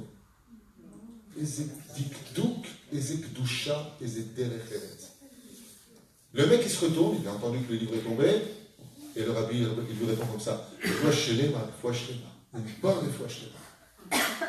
3 ans plus tard, on va mettre les filines dans une nouvelle vidéo, dans une yeshiva en train de pleurer, dans un pitchou. Et comment, excusez-moi, vous avez un juif qui tape à votre porte, bonjour, nous ne sommes pas des voleurs, nous ne sommes pas des brigands, nous sommes des évangélistes. Okay? Le mec, il vient comme ça. Et le mec, tu vois que c'est un juif. Comment elle s'appelle sa mère? Fritna. Et son père, Fortuné. Lui, il s'appelle Richard. C'est tous des blindés. C'est-à-dire, tu es juif, t'as l'obit Bayesh. Razal, il dit, fais attention. Regarde ce qu'il a dit, le Rabbi, il a dit, Réfoua Shlema. Je dis pas que tu as un défaut, je dis simplement que c'est pas de ta faute, tu es malade. Ton âme est malade. Ton âme, elle est malade. La fin, Réfoua Shlema. Pas une insulte, pas un coup de tête. On a le chapeau comme ça pointu, paf, tourne le chapeau. C'est pas dur. Ou alors un croche-pied, personne ne le voit. Il se casse la tronche, voilà. Eh ouais, pas du tout. Et il regarde comme ça, il lui dit à la fin, vous avez entendu la dernière phrase qu'il lui dit? Non. La dernière phrase du Rabbi Lubavitch, regardez la vidéo, qu'est-ce qu'il lui dit? C'est sous-titré en blanc. Il lui dit, je prierai pour vous. Je sais pas si vous comprenez. T'as un mec qui vient, qui met des évangiles dans la main du tzaddik et le Rabbi Lubavitch, Et non seulement il ne l'humilie pas, il ne lui traite pas de malade, de fou, de débile, tu vas au Keïna, rien. Refouach Lema, Bezrat Hashem, Refouach Lema. Je prierai pour vous. Mais comment? Parce que c'est simple. L'âme du Rabbi Lubavitch était parfaitement mariée avec son corps. Abraham Avinu était capable d'envoyer sa main avant même de réfléchir. Pourtant, c'est marqué, sauf ma, c'est marché Matrila. Mais quand le corps vient en harmonie, quand tu t'empresses d'accomplir la Torah des mitzvot, le matin tu te lèves. Le matin tu te lèves. Tu sais combien c'est important de se lever le matin à la prière? Parce que si tu continues à dormir, ouais, tu continues à rêver. Et si tu te lèves, tu vas réaliser tes rêves. C'est un enseignement du Maguil de Mezrich. Le règne de Siyata Ishmaïa, combien il est important, si on veut aimer l'autre, de commencer d'abord par. D'abord, tu commences par t'aimer. Rabbi Nachman, il dit, tous les soirs, quand on va dormir, on met ça pour compte, ça vaut de l'or ce que je vous dis. Rabbi Nachman, il dit, tous les soirs, quand tu vas dormir, tu dois faire le din cheshbon avec toi, ce qu'on appelle la bodhidout. D'abord, tu fais le mishpat, après tu remercies. D'abord, Hachem, tu remercies, après tu fais le mishpat, après tu demandes ce qui te manque, tout un tas à faire. C'est une bodhidout. Alors, Rabbeinu, il dit, fais très, très, très attention de ne jamais t'endormir avec les larmes aux yeux, avec une avéra dans ta tête. Moi, j'ai fait un péché. Il dit, attention de faire une chose pareille. Tu as fait un péché, arrête. Pleure un bon coup, parce que pire que le péché que tu as fait, c'est de ne pas être capable de te relever. Ça, c'est pire que la avéra. Donc, tu as péché, tu as fait un truc qui n'est pas bien. Pleure ta race. Tu as fini de pleurer. Prends des sopana, sèche, et va danser. Et oui. Pourquoi? Parce que Rabbi Nachman, il te dit, mais si tu dis, c'est que Dieu t'attend. Alors qu'est-ce que tu es en train de faire le veuf encore? Relève-toi. Relève-toi maintenant et commence. Pourquoi? Il dit parce que ta faute, si tu avais compris qu'elle allait démarrer parce que tu n'étais pas heureux de vivre, jamais tu l'aurais fauté. Donc maintenant, commence à faire tchouba sur la faute, commence à devenir saméach. Commence à devenir heureux. Et la reine, il dit, Rabbeinu, fais très attention. Quand tu vas dormir le soir, dors toujours avec le sourire en disant, ah, aujourd'hui, grâce à Dieu, j'ai aidé un pauvre. Aujourd'hui, j'ai mis les tefilines avec plus d'amour. Aujourd'hui, je suis levé avec Knesset, le deuxième. Dors avec un truc positif et avec ça, dors. Va dormir avec cette mitzvah positive. Et te dis pourquoi Rabbi Nachman? Et te dis parce que tu ne pourras pas aimer l'autre demain matin si tu n'as pas eu ça sur toi. Si ton corps n'a pas dit félicitations à ton âme, tu ne pourras jamais féliciter un autre juif, même s'il a des défauts ou des qualités. Tu es sa mère. C'est pour ça que dans le tafkid, votre tafkid à vous. Merci pour le côté gauche. Ça va pour le côté droit. Non, sincèrement, s'il y a des applaudissements à faire, c'est à nous mettre. Parce que tout ce que je vous dis, c'est vraiment des enseignements que j'ai lus et qui ont versé l'enseignement de mes rabbanim, Baruch Hashem. C'est extraordinaire. Moi, j'apprends, tu vois une petite vidéo comme ça, tu es en train d'attendre à l'aéroport, tu vois des trucs du Rabbi Lubavitch comme ça qui passent. Tu t'assois, tu prends l'écouter de ça avant de dormir, ton portable. Tu prends. Aujourd'hui, la Torah est vraiment à portée de main, quoi. Et la reine, quand tu vois tout ça, tu te dis, mais qu'est-ce que je fais de ma vie? La reine, d'abord, tu apprends à t'aimer. Ça veut dire quoi apprendre à s'aimer? C'est pas tu rentres comme ça, toi. Allô? Pas tu rentres ce soir devant le miroir, tu fais. Alors? Là, tu marches en arrière. Apprendre à s'aimer, ça veut dire, n'oubliez pas, je vous le donne en conseil d'amis. Apprenez à être fiers de vous. C'est horrible ce que je viens de dire, mais vous vous trompez si vous faites le contraire. Reconnaître ses erreurs, c'est une grandeur. Oui, mais attendez, de quoi c'est parti? De reconnaître ses erreurs. De quelqu'un qui est capable de reconnaître ses erreurs, il a le droit après de sourire et d'être fier de lui. Pourquoi? Parce qu'il a reconnu ses erreurs. Regardez avec une femme et un homme. Ekel et Jekyll. Une femme et un homme. L'homme a blessé sa femme. Chose qui peut arriver une fois tous les... Pas de problème de couple ici. Je ne suis pas à Mireille Dumas ici. Un homme a blessé sa femme. Comment il peut la tuer sur place? Comment il fait? Atzodeket Mechila Bemet, j'ai eu tort à 100%, je m'excuse. Moi, une fois, j'ai eu ça avec ma soeur. J'ai failli la tuer. J'étais à Paris, on se donne rendez-vous, je vous parle de ça, j'avais 19 ans. L'adresse était 130 métro Pantin, devant l'église, là-bas, on avait rendez-vous. On parle encore du lieu, il faisait moins 8000, c'était en plein hiver à Paris. Il y a moins 8000, de là-bas, j'ai dit à ma soeur, regarde, on a rendez-vous à 18h, après c'est Mincha, ça vite, il faut arrêter le minyan, ne viens pas en retard, je t'en supplie. Ouais, t'inquiète pas. Quand quelqu'un te dit t'inquiète pas, inquiète-toi. C'est automatique. Ma soeur est venue, à 19 heures. Mais elle a été très forte. Elle n'est pas venue de devant. Parce que moi, j'avais les dents qu'on poussait de chaque côté. Je m'étais préparé où je frappe.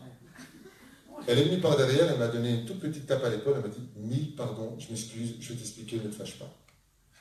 J'ai regardé comme ça et je lui ai dit, mais non. Elle va me dire, je fais ce que je veux, parce que t'as attendu, il faut que je me fâche là, je peux pas. On veut dire que quand tu es capable de reconnaître que tu as eu tort, de faire tes excuses, de savoir baisser la tête, tu as le droit d'être la personne la plus fière de ta vie. Parce que dans cette génération de reconnaître qu'on a tort, c'est un héros, le mec. Héroïque personnage. Parce qu'on a souvent, ouais, enfin bon, toi, la dernière fois, tu n'es pas venu en retard. Je ne parle pas de la dernière fois. Oui, mais on a souvent des circonstances atténuantes. La reine, premier conseil, pourquoi est-ce qu'on n'y arrive pas? Tout simplement parce qu'on ne peut pas se relier à l'autre alors que nous-mêmes, on n'est pas reliés à nous-mêmes. C'est pour ça qu'Hachem nous a donné un grand cadeau ce soir. Je veux dire lequel. Quand je dis ce soir, c'est depuis cette Baruch Hachem extraordinaire péripétie du peuple d'Israël. Il n'y a pas qu'une seule façon d'être juif. Il y a 12 tribus. Il y a 12 façons d'exister en tant que juif. Il y a 12 façons d'avoir son propre drapeau. Mais si on est un seul peuple, on devrait avoir un seul président. Pas du tout. Chaque tribu avait son président. Et ensemble, en marchant ensemble, on a été capable de créer quelque chose d'une dimension hors du commun. Regardez un petit peu au niveau historique. Les États-Unis d'Amérique ont été créés à peu près il y a 320 années, qu'on appelait le pot pourri, les Irlandais, les Anglais, les Italiens, ils sont tous montés, la Sicile. Ils ont créé un pays qui va se diviser en exactement 51 États, plus Washington, 52 États. Vous savez? Chaque État est composé d'un sénateur. Mais chaque sénateur sont tous reliés à un seul président pour tous les États-Unis d'Amérique. Brit, Brit qui veut dire l'alliance. Vous savez? C'est magnifique. L'Europe a été jalouse sur le domaine financier et sur le domaine force internationale. C'est là, boursier, et ainsi de suite. Armée, je ne sais pas comment. Vous savez? Qu'est-ce qu'ils ont essayé de faire en Europe? Un handicapé mental n'aurait pas commis de telles erreurs. Un handicapé mental n'aurait pas commis de telles erreurs. Comment tu peux faire de l'Europe les États-Unis alors que chacun parle une langue différente, une monnaie à l'époque différente, et un président pour chaque pays différent, avec des lois intérieures différentes? C'est pas possible. Le modèle américain a été construit sur le modèle du peuple d'Israël. Et c'est pour ça que ça a tenu la route. Sur quoi? Sur le fait que nous, peuple d'Israël, si tu prends un goy et tu l'amènes voir notre judaïsme, il devient Meboul. Et je ne comprends pas, vous avez 1000 rabbins différents, 1000 dieux, 1000 traditions. Lui dit que c'est assaut, lui dit que c'est une mitzvah. Quand lui dit que ça c'est une avéra, par exemple le loulav, de le secouer pour une sfarad, c'est bracha le batala. Pour le monde, la femme elle peut le faire. Shitat Ashkenazim, ils peuvent le faire avec la bracha. Donc ce que lui il dit que c'est une avéra, bracha le batala, l'autre il te dit madame, c'est une mitzvah. Et tu dis, vous êtes devenus fous les mecs ou quoi? Une loi pour tout le monde, les États-Unis d'Amérique. Il dit non, pas du tout. Nous avons une force.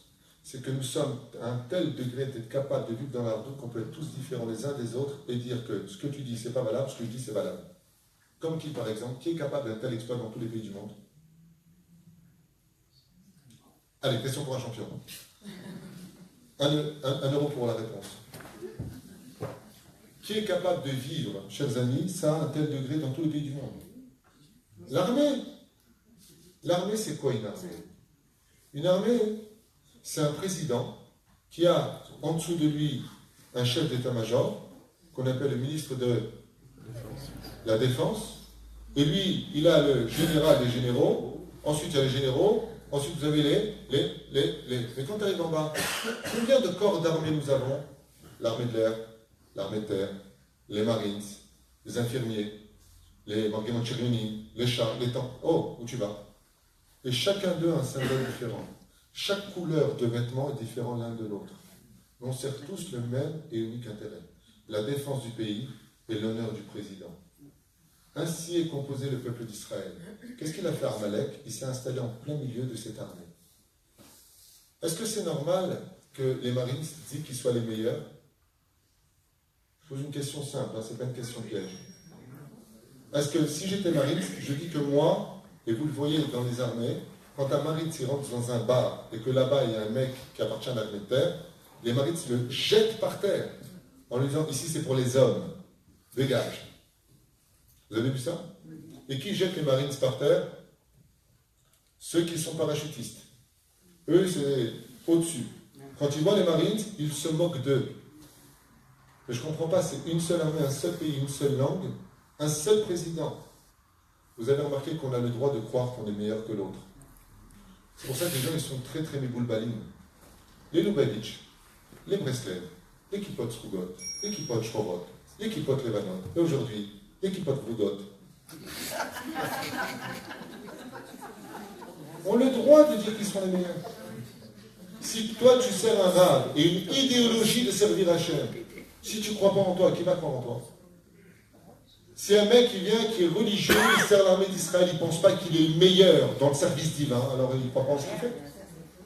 Est-ce que c'est légitime qu'un élève du Rav Ovadia Yosef, il pense que sa Torah c'est la vraie? La Gemara, elle nous dit, chaque élève a le devoir de penser que son Rav, c'est le Mashiach. Ton Rav, c'est Mashiach. Parce que si tu ne crois pas en la parole de ton Rav, alors tu ne donnes pas de crédit non plus à ses enseignements. Mais comme on vit dans l'ignorance, qu'est-ce qui ressort de ça? De la haine. De la haine, et on dit, trop grand le monde religieux, comme on est devenu, on se déteste les uns les autres. Les Lubavitch, ils tirent sur les Breslev, les Breslev, ils tirent sur les Lubavitch, qui tirent sur les Kippot Rugot, qui tirent sur les... Et qui c'est qui se marre dans tout ça? Machin. Moi, quand j'étudiais avec une kippa Sruga qui me dit l'armée, le machin, et tout ça, je dis, toi, la cavote, Charkoa, t'as raison de croire en toi. Heureusement que tu crois en toi. Quand t'as quelqu'un qui est en yeshiva, qui a Bnei Brak, et qui te dit, Baruch Hashem, il dit, le Torah Kolayom, Ashrecha. Moi, je vois à Natania, à chaque fois, j'ai des copains Lubavitch qui ont leur kiosque, les uns à côté des autres, comme ça, tout au long de Rechov Herzl, ils sont 3-4. Je les connais tous. Tu vois, on va ensemble. Je lui dis, moi, t'en as pas marre d'être derrière ce kiosque? Tu sais ce qu'il me répond? Il est un peu fort de taille, le pauvre. Il me dit, mais si je ne crois pas en ce que je fais, je ne serai pas là. Je lui dis, tu as raison de croire que ce que tu fais, c'est ce qu'il y a de mieux au monde. Si tu ne crois pas en ce que tu vis, comment tu vas le vivre? Alors qu'est-ce qui ne va pas entre nous? Je n'accepte pas l'autre. Je n'accepte pas l'autre. Pourquoi? Parce qu'on estime que c'est Bitul Torah, que ce n'est pas la tradition, on n'avait pas ça avant. Mais le monde a changé, peut-être qu'il faut ça aujourd'hui. Heureusement qu'on a ceux qui étudient la Torah toute la journée à Bnei Brak. Heureusement qu'on a ceux qui sont en Inde, en Thaïlande, qui sont là pour apporter des matzot, faire entendre le chauffeur à ceux qui sont loin. Heureusement qu'on a des juifs qui disent il faut aussi une armée. Heureusement qu'on a nos soldats. Heureusement qu'on a nos yeshivot. Baruch Hashem, et qu'elles soient pleines. Heureusement qu'ils sont là, eux aussi. Mais pour cela, je vous l'ai déjà dit, si un jour vous voulez prendre un cours sur la hardout, allez chez les Arabes ou chez Hitler. Eux, ils vont dire exactement c'est quoi la hardout. Une fois, on a posé la question à Ahmadinejad,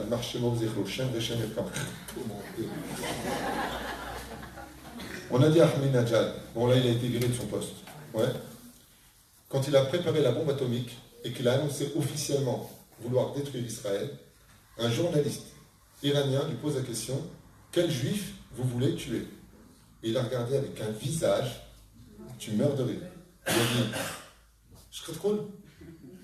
Il n'a même pas compris la question. Qu'est-ce qu'il voulait lui dire le journaliste? Il voulait lui dire les religieux, les non-religieux, les sionistes, les anti-sionistes, les Lubavitch, Breslev, Rav Kook, Rav Ovadia. Qui? Il lui a fait comprendre. Ahmadinejad, il marchait dans ses il lui a dit juif. Il lui a dit juste. Yehudim, juif. Je tue un juif. Hitler, quand il a envoyé sa Gestapo chercher les juifs, il n'y a pas une seule fois, un seul enregistrement où on a entendu un SS poser la question, est-ce que tu faisais Shabbat? Est-ce que tu mettais les tefilines? Est-ce que tu es juif un tel ou un tel? Comment s'appelle ton rat? Est-ce qu'il n'y a pas? T'es juif? Oui, mais je suis juif, je suis marié avec une goya. Ça prend la jab, il est en guéboule. On dit comme ça, mais c'est pas possible. Ahmadinejad, il a dit je suis du juif. Qu'est-ce que j'en ai à faire qu'il ait une kippa ou pas sur la tête? Qu'est-ce que j'en ai à faire qu'il mette une filine ou pas? C'est un juif, il y a Dieu en lui. Je veux le tuer. Hitler, quand il est venu arrêter, j'ai lu ça dans un livre qui m'avait beaucoup choqué à l'époque. Je trouvais ça dans. Je devais attendre quelque part, peu importe. J'ai lu dans un livre. Et il y a quelqu'un comme ça qui raconte sa vie, comment il a été sauvé des Allemands, et bien sauf, il a fait une grande teshuva. Pourquoi? Parce qu'il a dit, même si le juif veut s'assimiler avec une Goya, il a fallu que ce soit un non-juif, il était marié avec une Allemande, c'était une dérive, peu importe. Et la première chose qu'ils lui ont fait, c'est qu'ils lui ont mis une Magen David jaune sur le cœur. Il a dit, même si un juif ne veut plus être juif, on lui rappellera toujours qu'il est juif, même s'il a tout quitté. T'es juif, t'es juif. C'est le Shabbat. Mais la première des choses, pour ne pas vous attarder parce qu'il est déjà tard, c'est de réaliser qu'on ne peut pas accomplir la misère de la hardout qui est si merveilleuse et si grande dans le cœur si on n'est pas capable de s'aimer. Tout le monde le sait, mais est-ce qu'on est capable de le vivre? Zot Hashem. On vit avec beaucoup de remords, il faut avoir des remords de ce qu'on a fait. On lui donne juste un rendez-vous, un temps. Une fois que c'est fait, maintenant que tu as eu ça dans ta vie, tu as pensé que tu n'es pas décédé, route à voir. Titkadem b'chaim. Titkadem et tatriler et tatzmecha. Tatril lashrim et tatzmecha. Une fois, un roi a fait comprendre quelque chose d'extraordinaire à des juifs. Un roi non-juif a mis les juifs à l'épreuve. Qu'est-ce qu'il a fait? Il a apporté des chrétiens. C'est une vraie histoire que je vous raconte. Elle est racontée en métaphore aujourd'hui, mais c'est une vraie histoire qui a lieu à l'époque du Moyen-Âge. Il a apporté à l'époque des chrétiens. Il leur a servi de la viande. Et le but, c'était un jeu un peu spécial. Il leur a mis des grands couverts qui faisaient plus d'1 mètre de long. C'est-à-dire une table. Il les a installés de chaque côté. Et des grands couverts. C'est-à-dire, les chrétiens, quand ils ont vu ça, ils ont demandé au roi si le roi se moquait d'eux. Ils se sont levés, ils sont partis.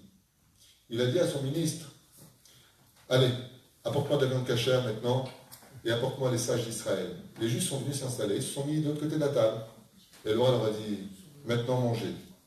Les Juifs ont dit, c'est Besséder, on a Mashgia, c'est Shelam, ok. Les Juifs, on peut manger vraiment? Oui, Toda Rabba. Il pique dans l'assiette de l'autre, il lui a donné à manger en face.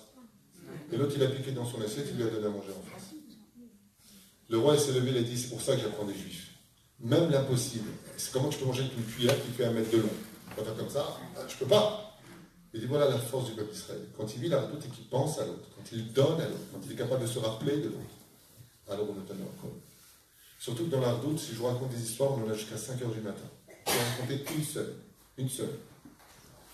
Il y a un juif dont le nom m'échappe qui était très riche en Syrie à l'époque, en Russie à l'époque, bien avant Gorbatchev. J'ai oublié son nom, c'est une histoire très connue. Parce que ce juif aujourd'hui vit encore en Israël, il est mort il n'y a pas tellement longtemps. Et malheureusement, il a été jeté dans des goulags. À l'époque, les goulags, ça ne rigolait pas, aujourd'hui non plus, mais à l'époque, c'était vraiment très sévère, puisque l'accueil dans les goulags, je ne sais pas si vous le savez, mais pendant 3 jours, on ne donnait ni à manger ni à boire à aucun prisonnier juif qui arrivait dans les goulags. Vous savez? Donc lui, quand il est arrivé, après les 3 jours où il était congelé, affaibli, 3 jours de jeûne, sans aucun repas. Il y a un autre juif qui est arrivé avec lui. Quand ils ont servi la soupe, si je peux appeler ça de la soupe, peut-être un peu d'eau avec du marak off, je ne sais même pas si c'est peut-être que du sel, juste au moins pour boire. Il y a un homme à côté qui se tenait près de lui et qui lui a dit, donne-moi ta soupe. Alors il a regardé comme ça, il lui dit, ça fait 3 jours que je jeûne, je suis faible, j'ai besoin de minéraux, il y a du sel peut-être dedans, mais je vois que tu es très faible aussi. À ce moment-là, c'est mâché. Il lui ouvre ta bouche, il lui a donné une cuillère. Il a pris une cuillère, il lui a donné une cuillère, ils ont fini leur bol de soupe comme ça ensemble.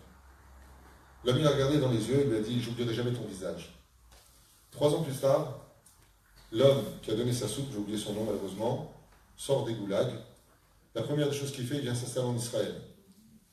Il vient s'installer en Israël parce qu'il avait fait un éder dans ces goulags. Il a dit à Dieu, si tu me sauves ma vie, que je sors de cet enfer, je te promets de te servir et de ramener tes enfants à la Torah. L'Otav et Rabotai, 23 ans s'écoulent. Il arrive dans un endroit où il propose de faire Teshuvah. Écoutez bien, hein. Il rentre dans un Machane Israël, il propose de faire Teshuvah. Là-bas, c'est où? C'est ce qu'on appelle Shomer Hatzaïr. Vous avez entendu parler de cette histoire? Maintenant, lui, il vient, il a fait une totale Teshuvah en tant que Rav, l'Arzir Bitchuvah, des Chayalim. Seulement, la plus où il est parti, c'est Shomer Hatzaïr, anti-Torah. Il insiste, et il insiste, et il insiste, et il commence à l'entourer. Il va mettre les ayam à la, ça veut dire qu'il commence à le menacer. Il dit, de toute façon, c'est pas compliqué. Il y a notre commandant qui arrive. On ne va pas nous lever la main sur toi, c'est lui qui va s'occuper de toi, il va te finir à l'âge. Parce que lui, s'il y a quelqu'un qui ne peut pas voir au monde, c'est Dieu. Tout ce qui représente Dieu ne peut pas voir au monde. Il a dit, c'est exactement le genre de personnage que je recherche avec qui je fais faire tchouva. Le commandant arrive, et d'un coup, il s'arrête net comme ça, il dit, c'est quoi ce balaga? Et il regarde ce personnage, on va appeler avec votre permission Réhouven, il va s'appeler Shimon, c'est le nom que j'invente. Il regarde, Réhouven, c'est Shimon? C'était le personnage à qui il avait donné une cuillère. C'est une vraie histoire qui s'est passée en Israël, ici à l'armée d'Israël. J'ai entendu ça d'un rabbin qui avait raconté l'histoire avec les noms, les années, je n'ai pas tout retenu, c'est pas grave, c'est juste l'idée à prendre. Mais ce qu'avait enseigné ce rabbin avant de mourir, c'est qu'en ayant fait une grande échouva, il a dit, je peux vous prouver par mon expérience que la hardoute, on la récupère tôt ou tard, le jour où on a besoin, et que le pilou existe. C'est-à-dire que le jour où, malheureusement, tout est marloquette. Mais la reine, comment y arriver?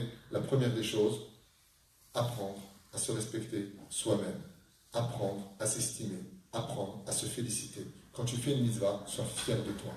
Sois heureux d'avoir fait. Baruch Hashem, qu'est-ce qu'il y a? Quand tu as gagné l'auto, je vais mettre les filines. Baruch Hashem, j'ai une discipline ce matin. Baruch Hashem, je vis ma Torah. Alors je te promets que tu seras capable d'aimer l'autre. La deuxième chose, je suis obligé d'aller vite, parce qu'il est déjà tard. On se donne 8 minutes pour finir à 10 heures. Chers amis, la deuxième chose, c'est très simple. Ve'ahavta l'ereacha kamocha, tu aimeras ton prochain comme toi-même. Le mot kamocha est composé de la Gematria 86, qui veut dire qu'il y a Elohim chez lui. Si je ne suis pas capable de t'aimer, c'est que je tue le Elohim qui est chez toi. Maintenant, pourquoi je vais t'aimer? C'est très simple. Si je vais selon ma logique des choses, vous avez une personne, elle s'appelle Kikoublid. C'est son prénom et son nom de famille. Comment tu t'appelles? Kik, famille, Blid. C'est son nom. Elle est antipathique. C'est mal du tout. Blidar keke qui te met mèche. Ah, chemichement. Et on te dit, aime-la. Non seulement je t'aime pas, mais je peux pas te voir. En plus, t'es moche, t'es blide, t'es kik, tu pues. Voilà, je t'aime pas. Voilà, j'ai toutes les raisons de pas t'aimer. Il y a juste un problème. Pour cela, il faut avoir une maman tunisienne. Je vais vous expliquer comment ça se passe. Avec ma mère. Une fois, j'ai eu une embrouille avec la famille. Quelqu'un de la famille, j'ai eu une embrouille avec lui. Et j'ai trouvé qu'il avait été hautain. J'ai trouvé qu'il n'a pas été bécédaire. J'étais en train de rouler direction Tel Aviv. Pendant ça plusieurs années. Et j'étais pas content. Donc j'ai dit mes cas de vérité pour être certain de ne pas avoir de vase dans le cœur et de l'aimer après. Bien entendu, 2 minutes plus tard, qui m'appelle? Ma mère. Ah, Yaoudi, ça va? J'éclate de rire, je suis tout seul maintenant dans la voiture. Oui, maman, ça va. Non, parce que moi, j'ai eu un tel. Ah. Alors j'explique la situation à ma mère. Ma mère me dit, Olas Baba, tu as raison. Je dis, ah, Baruch Hashem, je suis content, maman, m'entendre. Maintenant, pour ta mère, appelle-le, fais la paix. Attends, je suis en train de rouler, et je dis à ma mère, pourquoi tu fais ça? Elle me dit, non, toi, tu n'as pas de raison de le faire, mais voilà, c'est pas bon, pour ta mère. Fais-le pour moi, tu le fais. Je lui dis, maman, bien avant toi, il y a quelqu'un qui lui a demandé voir Sina et Sakadosh Baruch Hu. Alors je vais raccrocher, je vais l'appeler, je vais faire le shalom. Alors je n'avais aucune raison de le faire, et non seulement j'avais pas de raison, je n'avais pas tort, quelqu'un qui m'a fait du mal, et je le rappelle, je lui dis, Bati Lachli Mikra Shalom, parce que malgré tout, si Chazé Shalom apprend que tu as quoi que ce soit, ou que tu es malade, ou quoi que ce soit, on ne prend rien avec nous, la reine, que Dieu te bénisse, finir les Shalom, vraiment prochaine de fiche, chaque jour, on est toujours des Shalom. Alors qu'est-ce qu'elle m'a dit, ma mère? Elle m'a dit, ne le fais pas pour toi, parce que toi, tu as raison. Toi, tu as raison. Fais-le pour moi. C'est ce qu'il dit Hachem. Le Créateur du monde, il te dit, tant que tu te vois toi dans le miroir, tant que tu te reflètes, tu vois tes raisons de ne pas aimer. Et si maintenant il y a une bas de colle qui te dit, comment tu t'appelles? Tu viens faire ça? Haïm. Maintenant il y a une bas de colle. Maintenant toi tu envoies quelqu'un, tu dis, toi c'est fini, je ne veux plus jamais te voir. Ok? Il y a une bas de colle comme ça qui vient, comme ton caméo, et elle te dit, Haïm. Elle était jamais. Retourne. Si c'est. Je t'ai mis à l'épreuve. Il faut que tu aimes Roland. Ouais. Je me rappelle. Au 120. Et là, quand même, il s'est atteint d'Ishmaïa. Maintenant, il y a une batte colle qui vient te demander, pas pour toi, pour moi, Hachem, tu le fais. Pour toi, Hachem, les chiens, il faut que tu t'appelles pour Rémi Balé. Bon, Hachem. C'est pour ça que tous les matins, on le dit, au nom d'Hachem. Le Harizal nous a donné un noussar tous les matins obligatoire de dire, si tu ne le dis pas, ta prière, elle n'est pas reçue, dit le Harizal. Vous savez c'est laquelle? Varen mekaber latmi, et mizvat Hachem shel, ve'arta, ve'arta kamocha. Vous vous rendez compte? Le matin, tu ne peux pas prier le matin si tu n'as pas dit d'abord dans ta prière, si tu ne prends pas ça sur toi, Dieu te dit, je ne veux même pas t'écouter. Parce que si tu veux que je t'écoute, tu veux que j'écoute tes demandes à toi. Est-ce que toi tu écoutes mes demandes à moi? Moi je t'ai demandé, l'autisme et ne aille pas ton prochain. Tu as le droit de prendre des distances. Tu as le droit de prendre des distances. On ne te demande pas d'être fou de lui. On ne te demande pas de le détester. Altisne auto. Comme une fois, Rabbi Nachman il disait, j'aime chaque juif plus que moi-même. Alors on lui a dit, Rabbi Nachman, qu'est-ce que tu fais du rachat? Il dit, ah, je n'aime pas son Yetzerara par contre. Son Yetzerara, je n'aime pas. Mais lui, je l'aime, il a rien fait. Lui, il a rien fait de mal. On a quand même le droit de choisir nos fréquentations. Attendez, vous voulez que je me casse ou quoi? J'ai une question. J'ai une question. Attendez, juste, je vais finir avec une chose. Je voudrais juste finir. La chose la plus importante de cette génération, comme j'écris dans mon prochain livre, à part d'une question. Si on a le droit de choisir. Je suis chez elle. Hein? On a le droit de choisir nos fréquentations.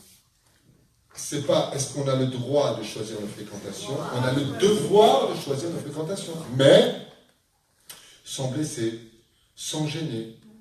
Il faut. On est obligé de fréquenter des gens qui sont dans la lumière.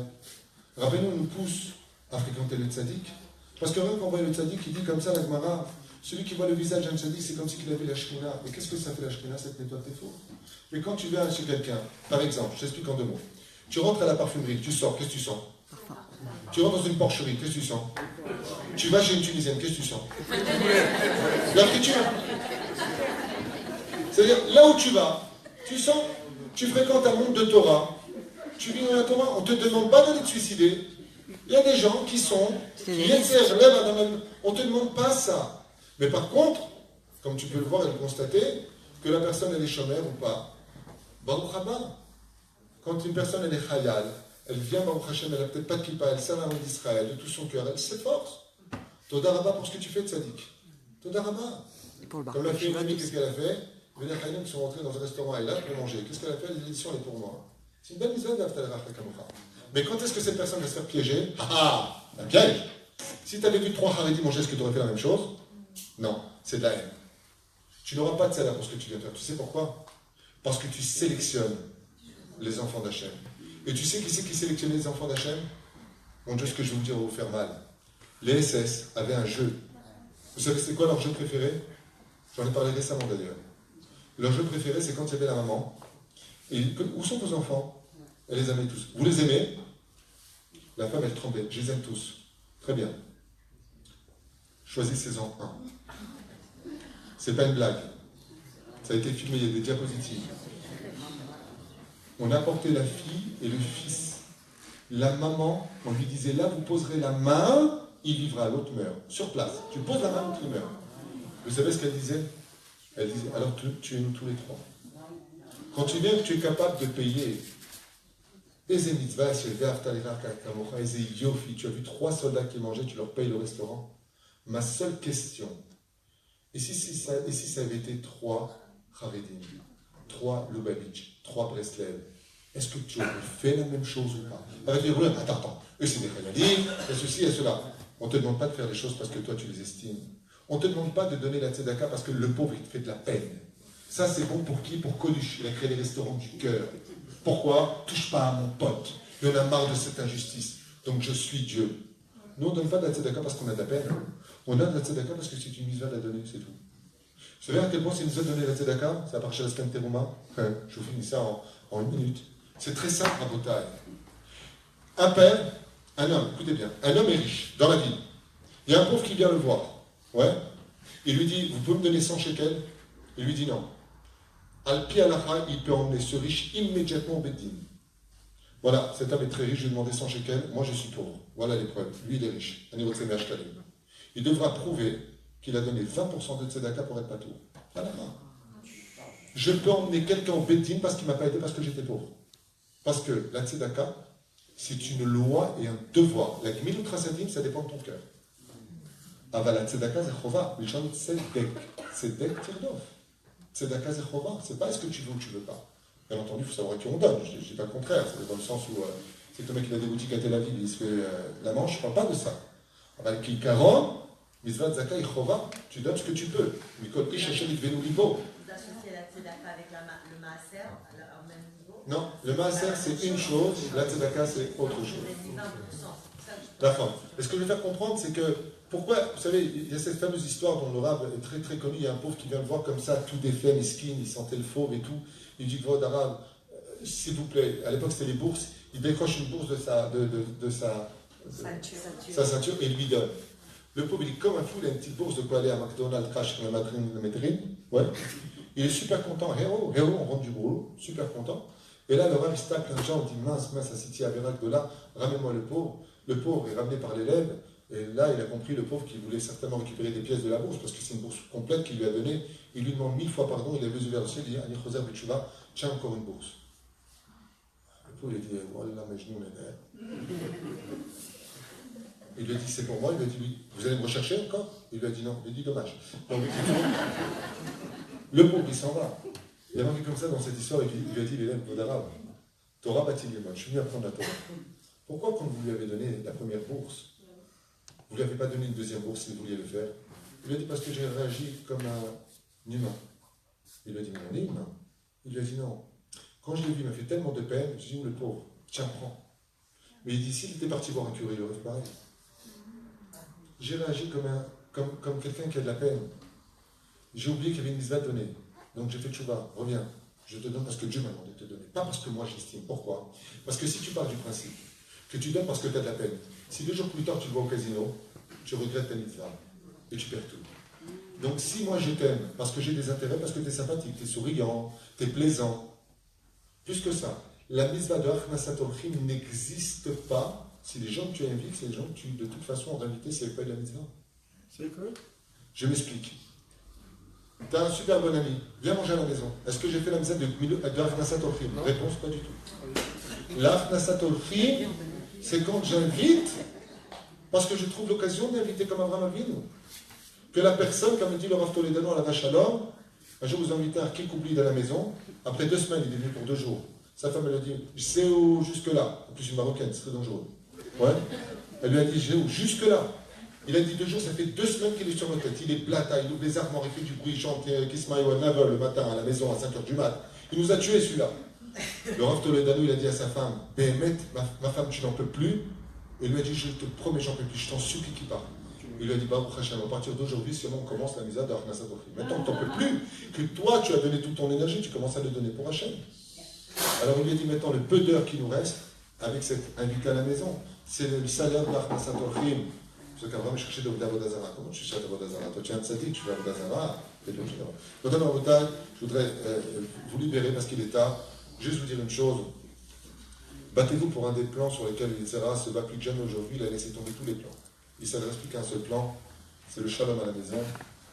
Et il est évident qu'on ne peut pas avoir de shalom dans le peuple d'Israël s'il ne part pas de la base principale sur laquelle toutes les bénédictions énergétiques appartiennent au peuple d'Israël, c'est le foyer juif. La fin, c'est un prochain cours, on se verra pour un cours sur le shalom baïk. Comme je vous l'ai dit tout à l'heure, l'Ineder, comment frapper sa femme sans laisser le prendre. Non, moi je suis pour... Bezrat Hashem, Shinsuke, on fixera avec les gens qui ont organisé, si vous avez envie, parce que là c'est un sujet qu'il faut absolument développer en long et en large, sur pourquoi la guerre de la dernière génération, jamais dans l'histoire, j'en parle longuement dans mon prochain livre, jamais dans l'histoire on a enregistré autant de divorces que la dernière génération. Jamais, jamais, jamais, jamais, jamais. On n'a jamais connu ça. Et pourquoi tout ça? Je vous réponds que c'est très simple.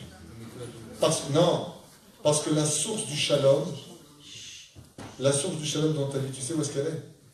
Quand tu rentres chez toi à la maison et que tu kiffes de rentrer chez toi, de voir tes femmes, j'allais dire.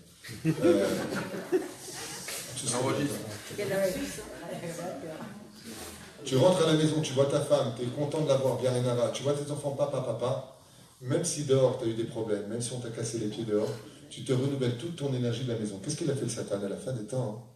Il a dit c'est très simple, maintenant je ne veux plus m'attaquer aux branches ni aux fruits, je vais m'attaquer à la racine. Et la racine c'est le couple.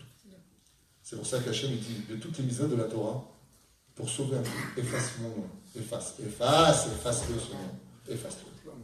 Je préfère vivre dans un couple en paix que d'avoir mon inscrit dans une synagogue dans la guerre.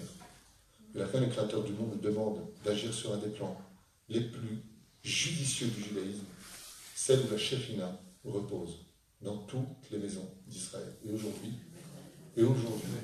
le mec qui n'est pas divorcé, il n'est pas à la mode. Ça veut dire que quand tu vois quelqu'un, tu dis, t'as divorcé alors? Non. Ah bon? Bah, Roland, il n'a pas divorcé. Le mec qui n'a pas divorcé, c'est pas normal. Hachem Ishmael Berachem. Non, parce qu'à la base, c'était relou. Et la fin, c'est la tête d'Ishmael. On se reverra bien la prochaine fois pour un prochain cours sur l'art doute à travers le couple. Parce qu'on ne peut pas. Hein? Si les gens, ils ont des questions. Si. Des questions. Ah oui, c'est ma secrétaire. Voilà, on va s'arrêter là parce qu'il est 10h, il est 10h maximum. Je vous remercie vraiment du fond du cœur d'être venus. Vous êtes nombreux, c'est plaisant, c'est agréable. Si vous avez juste un instant, si vous avez... Asseyez-vous. Voilà, une question.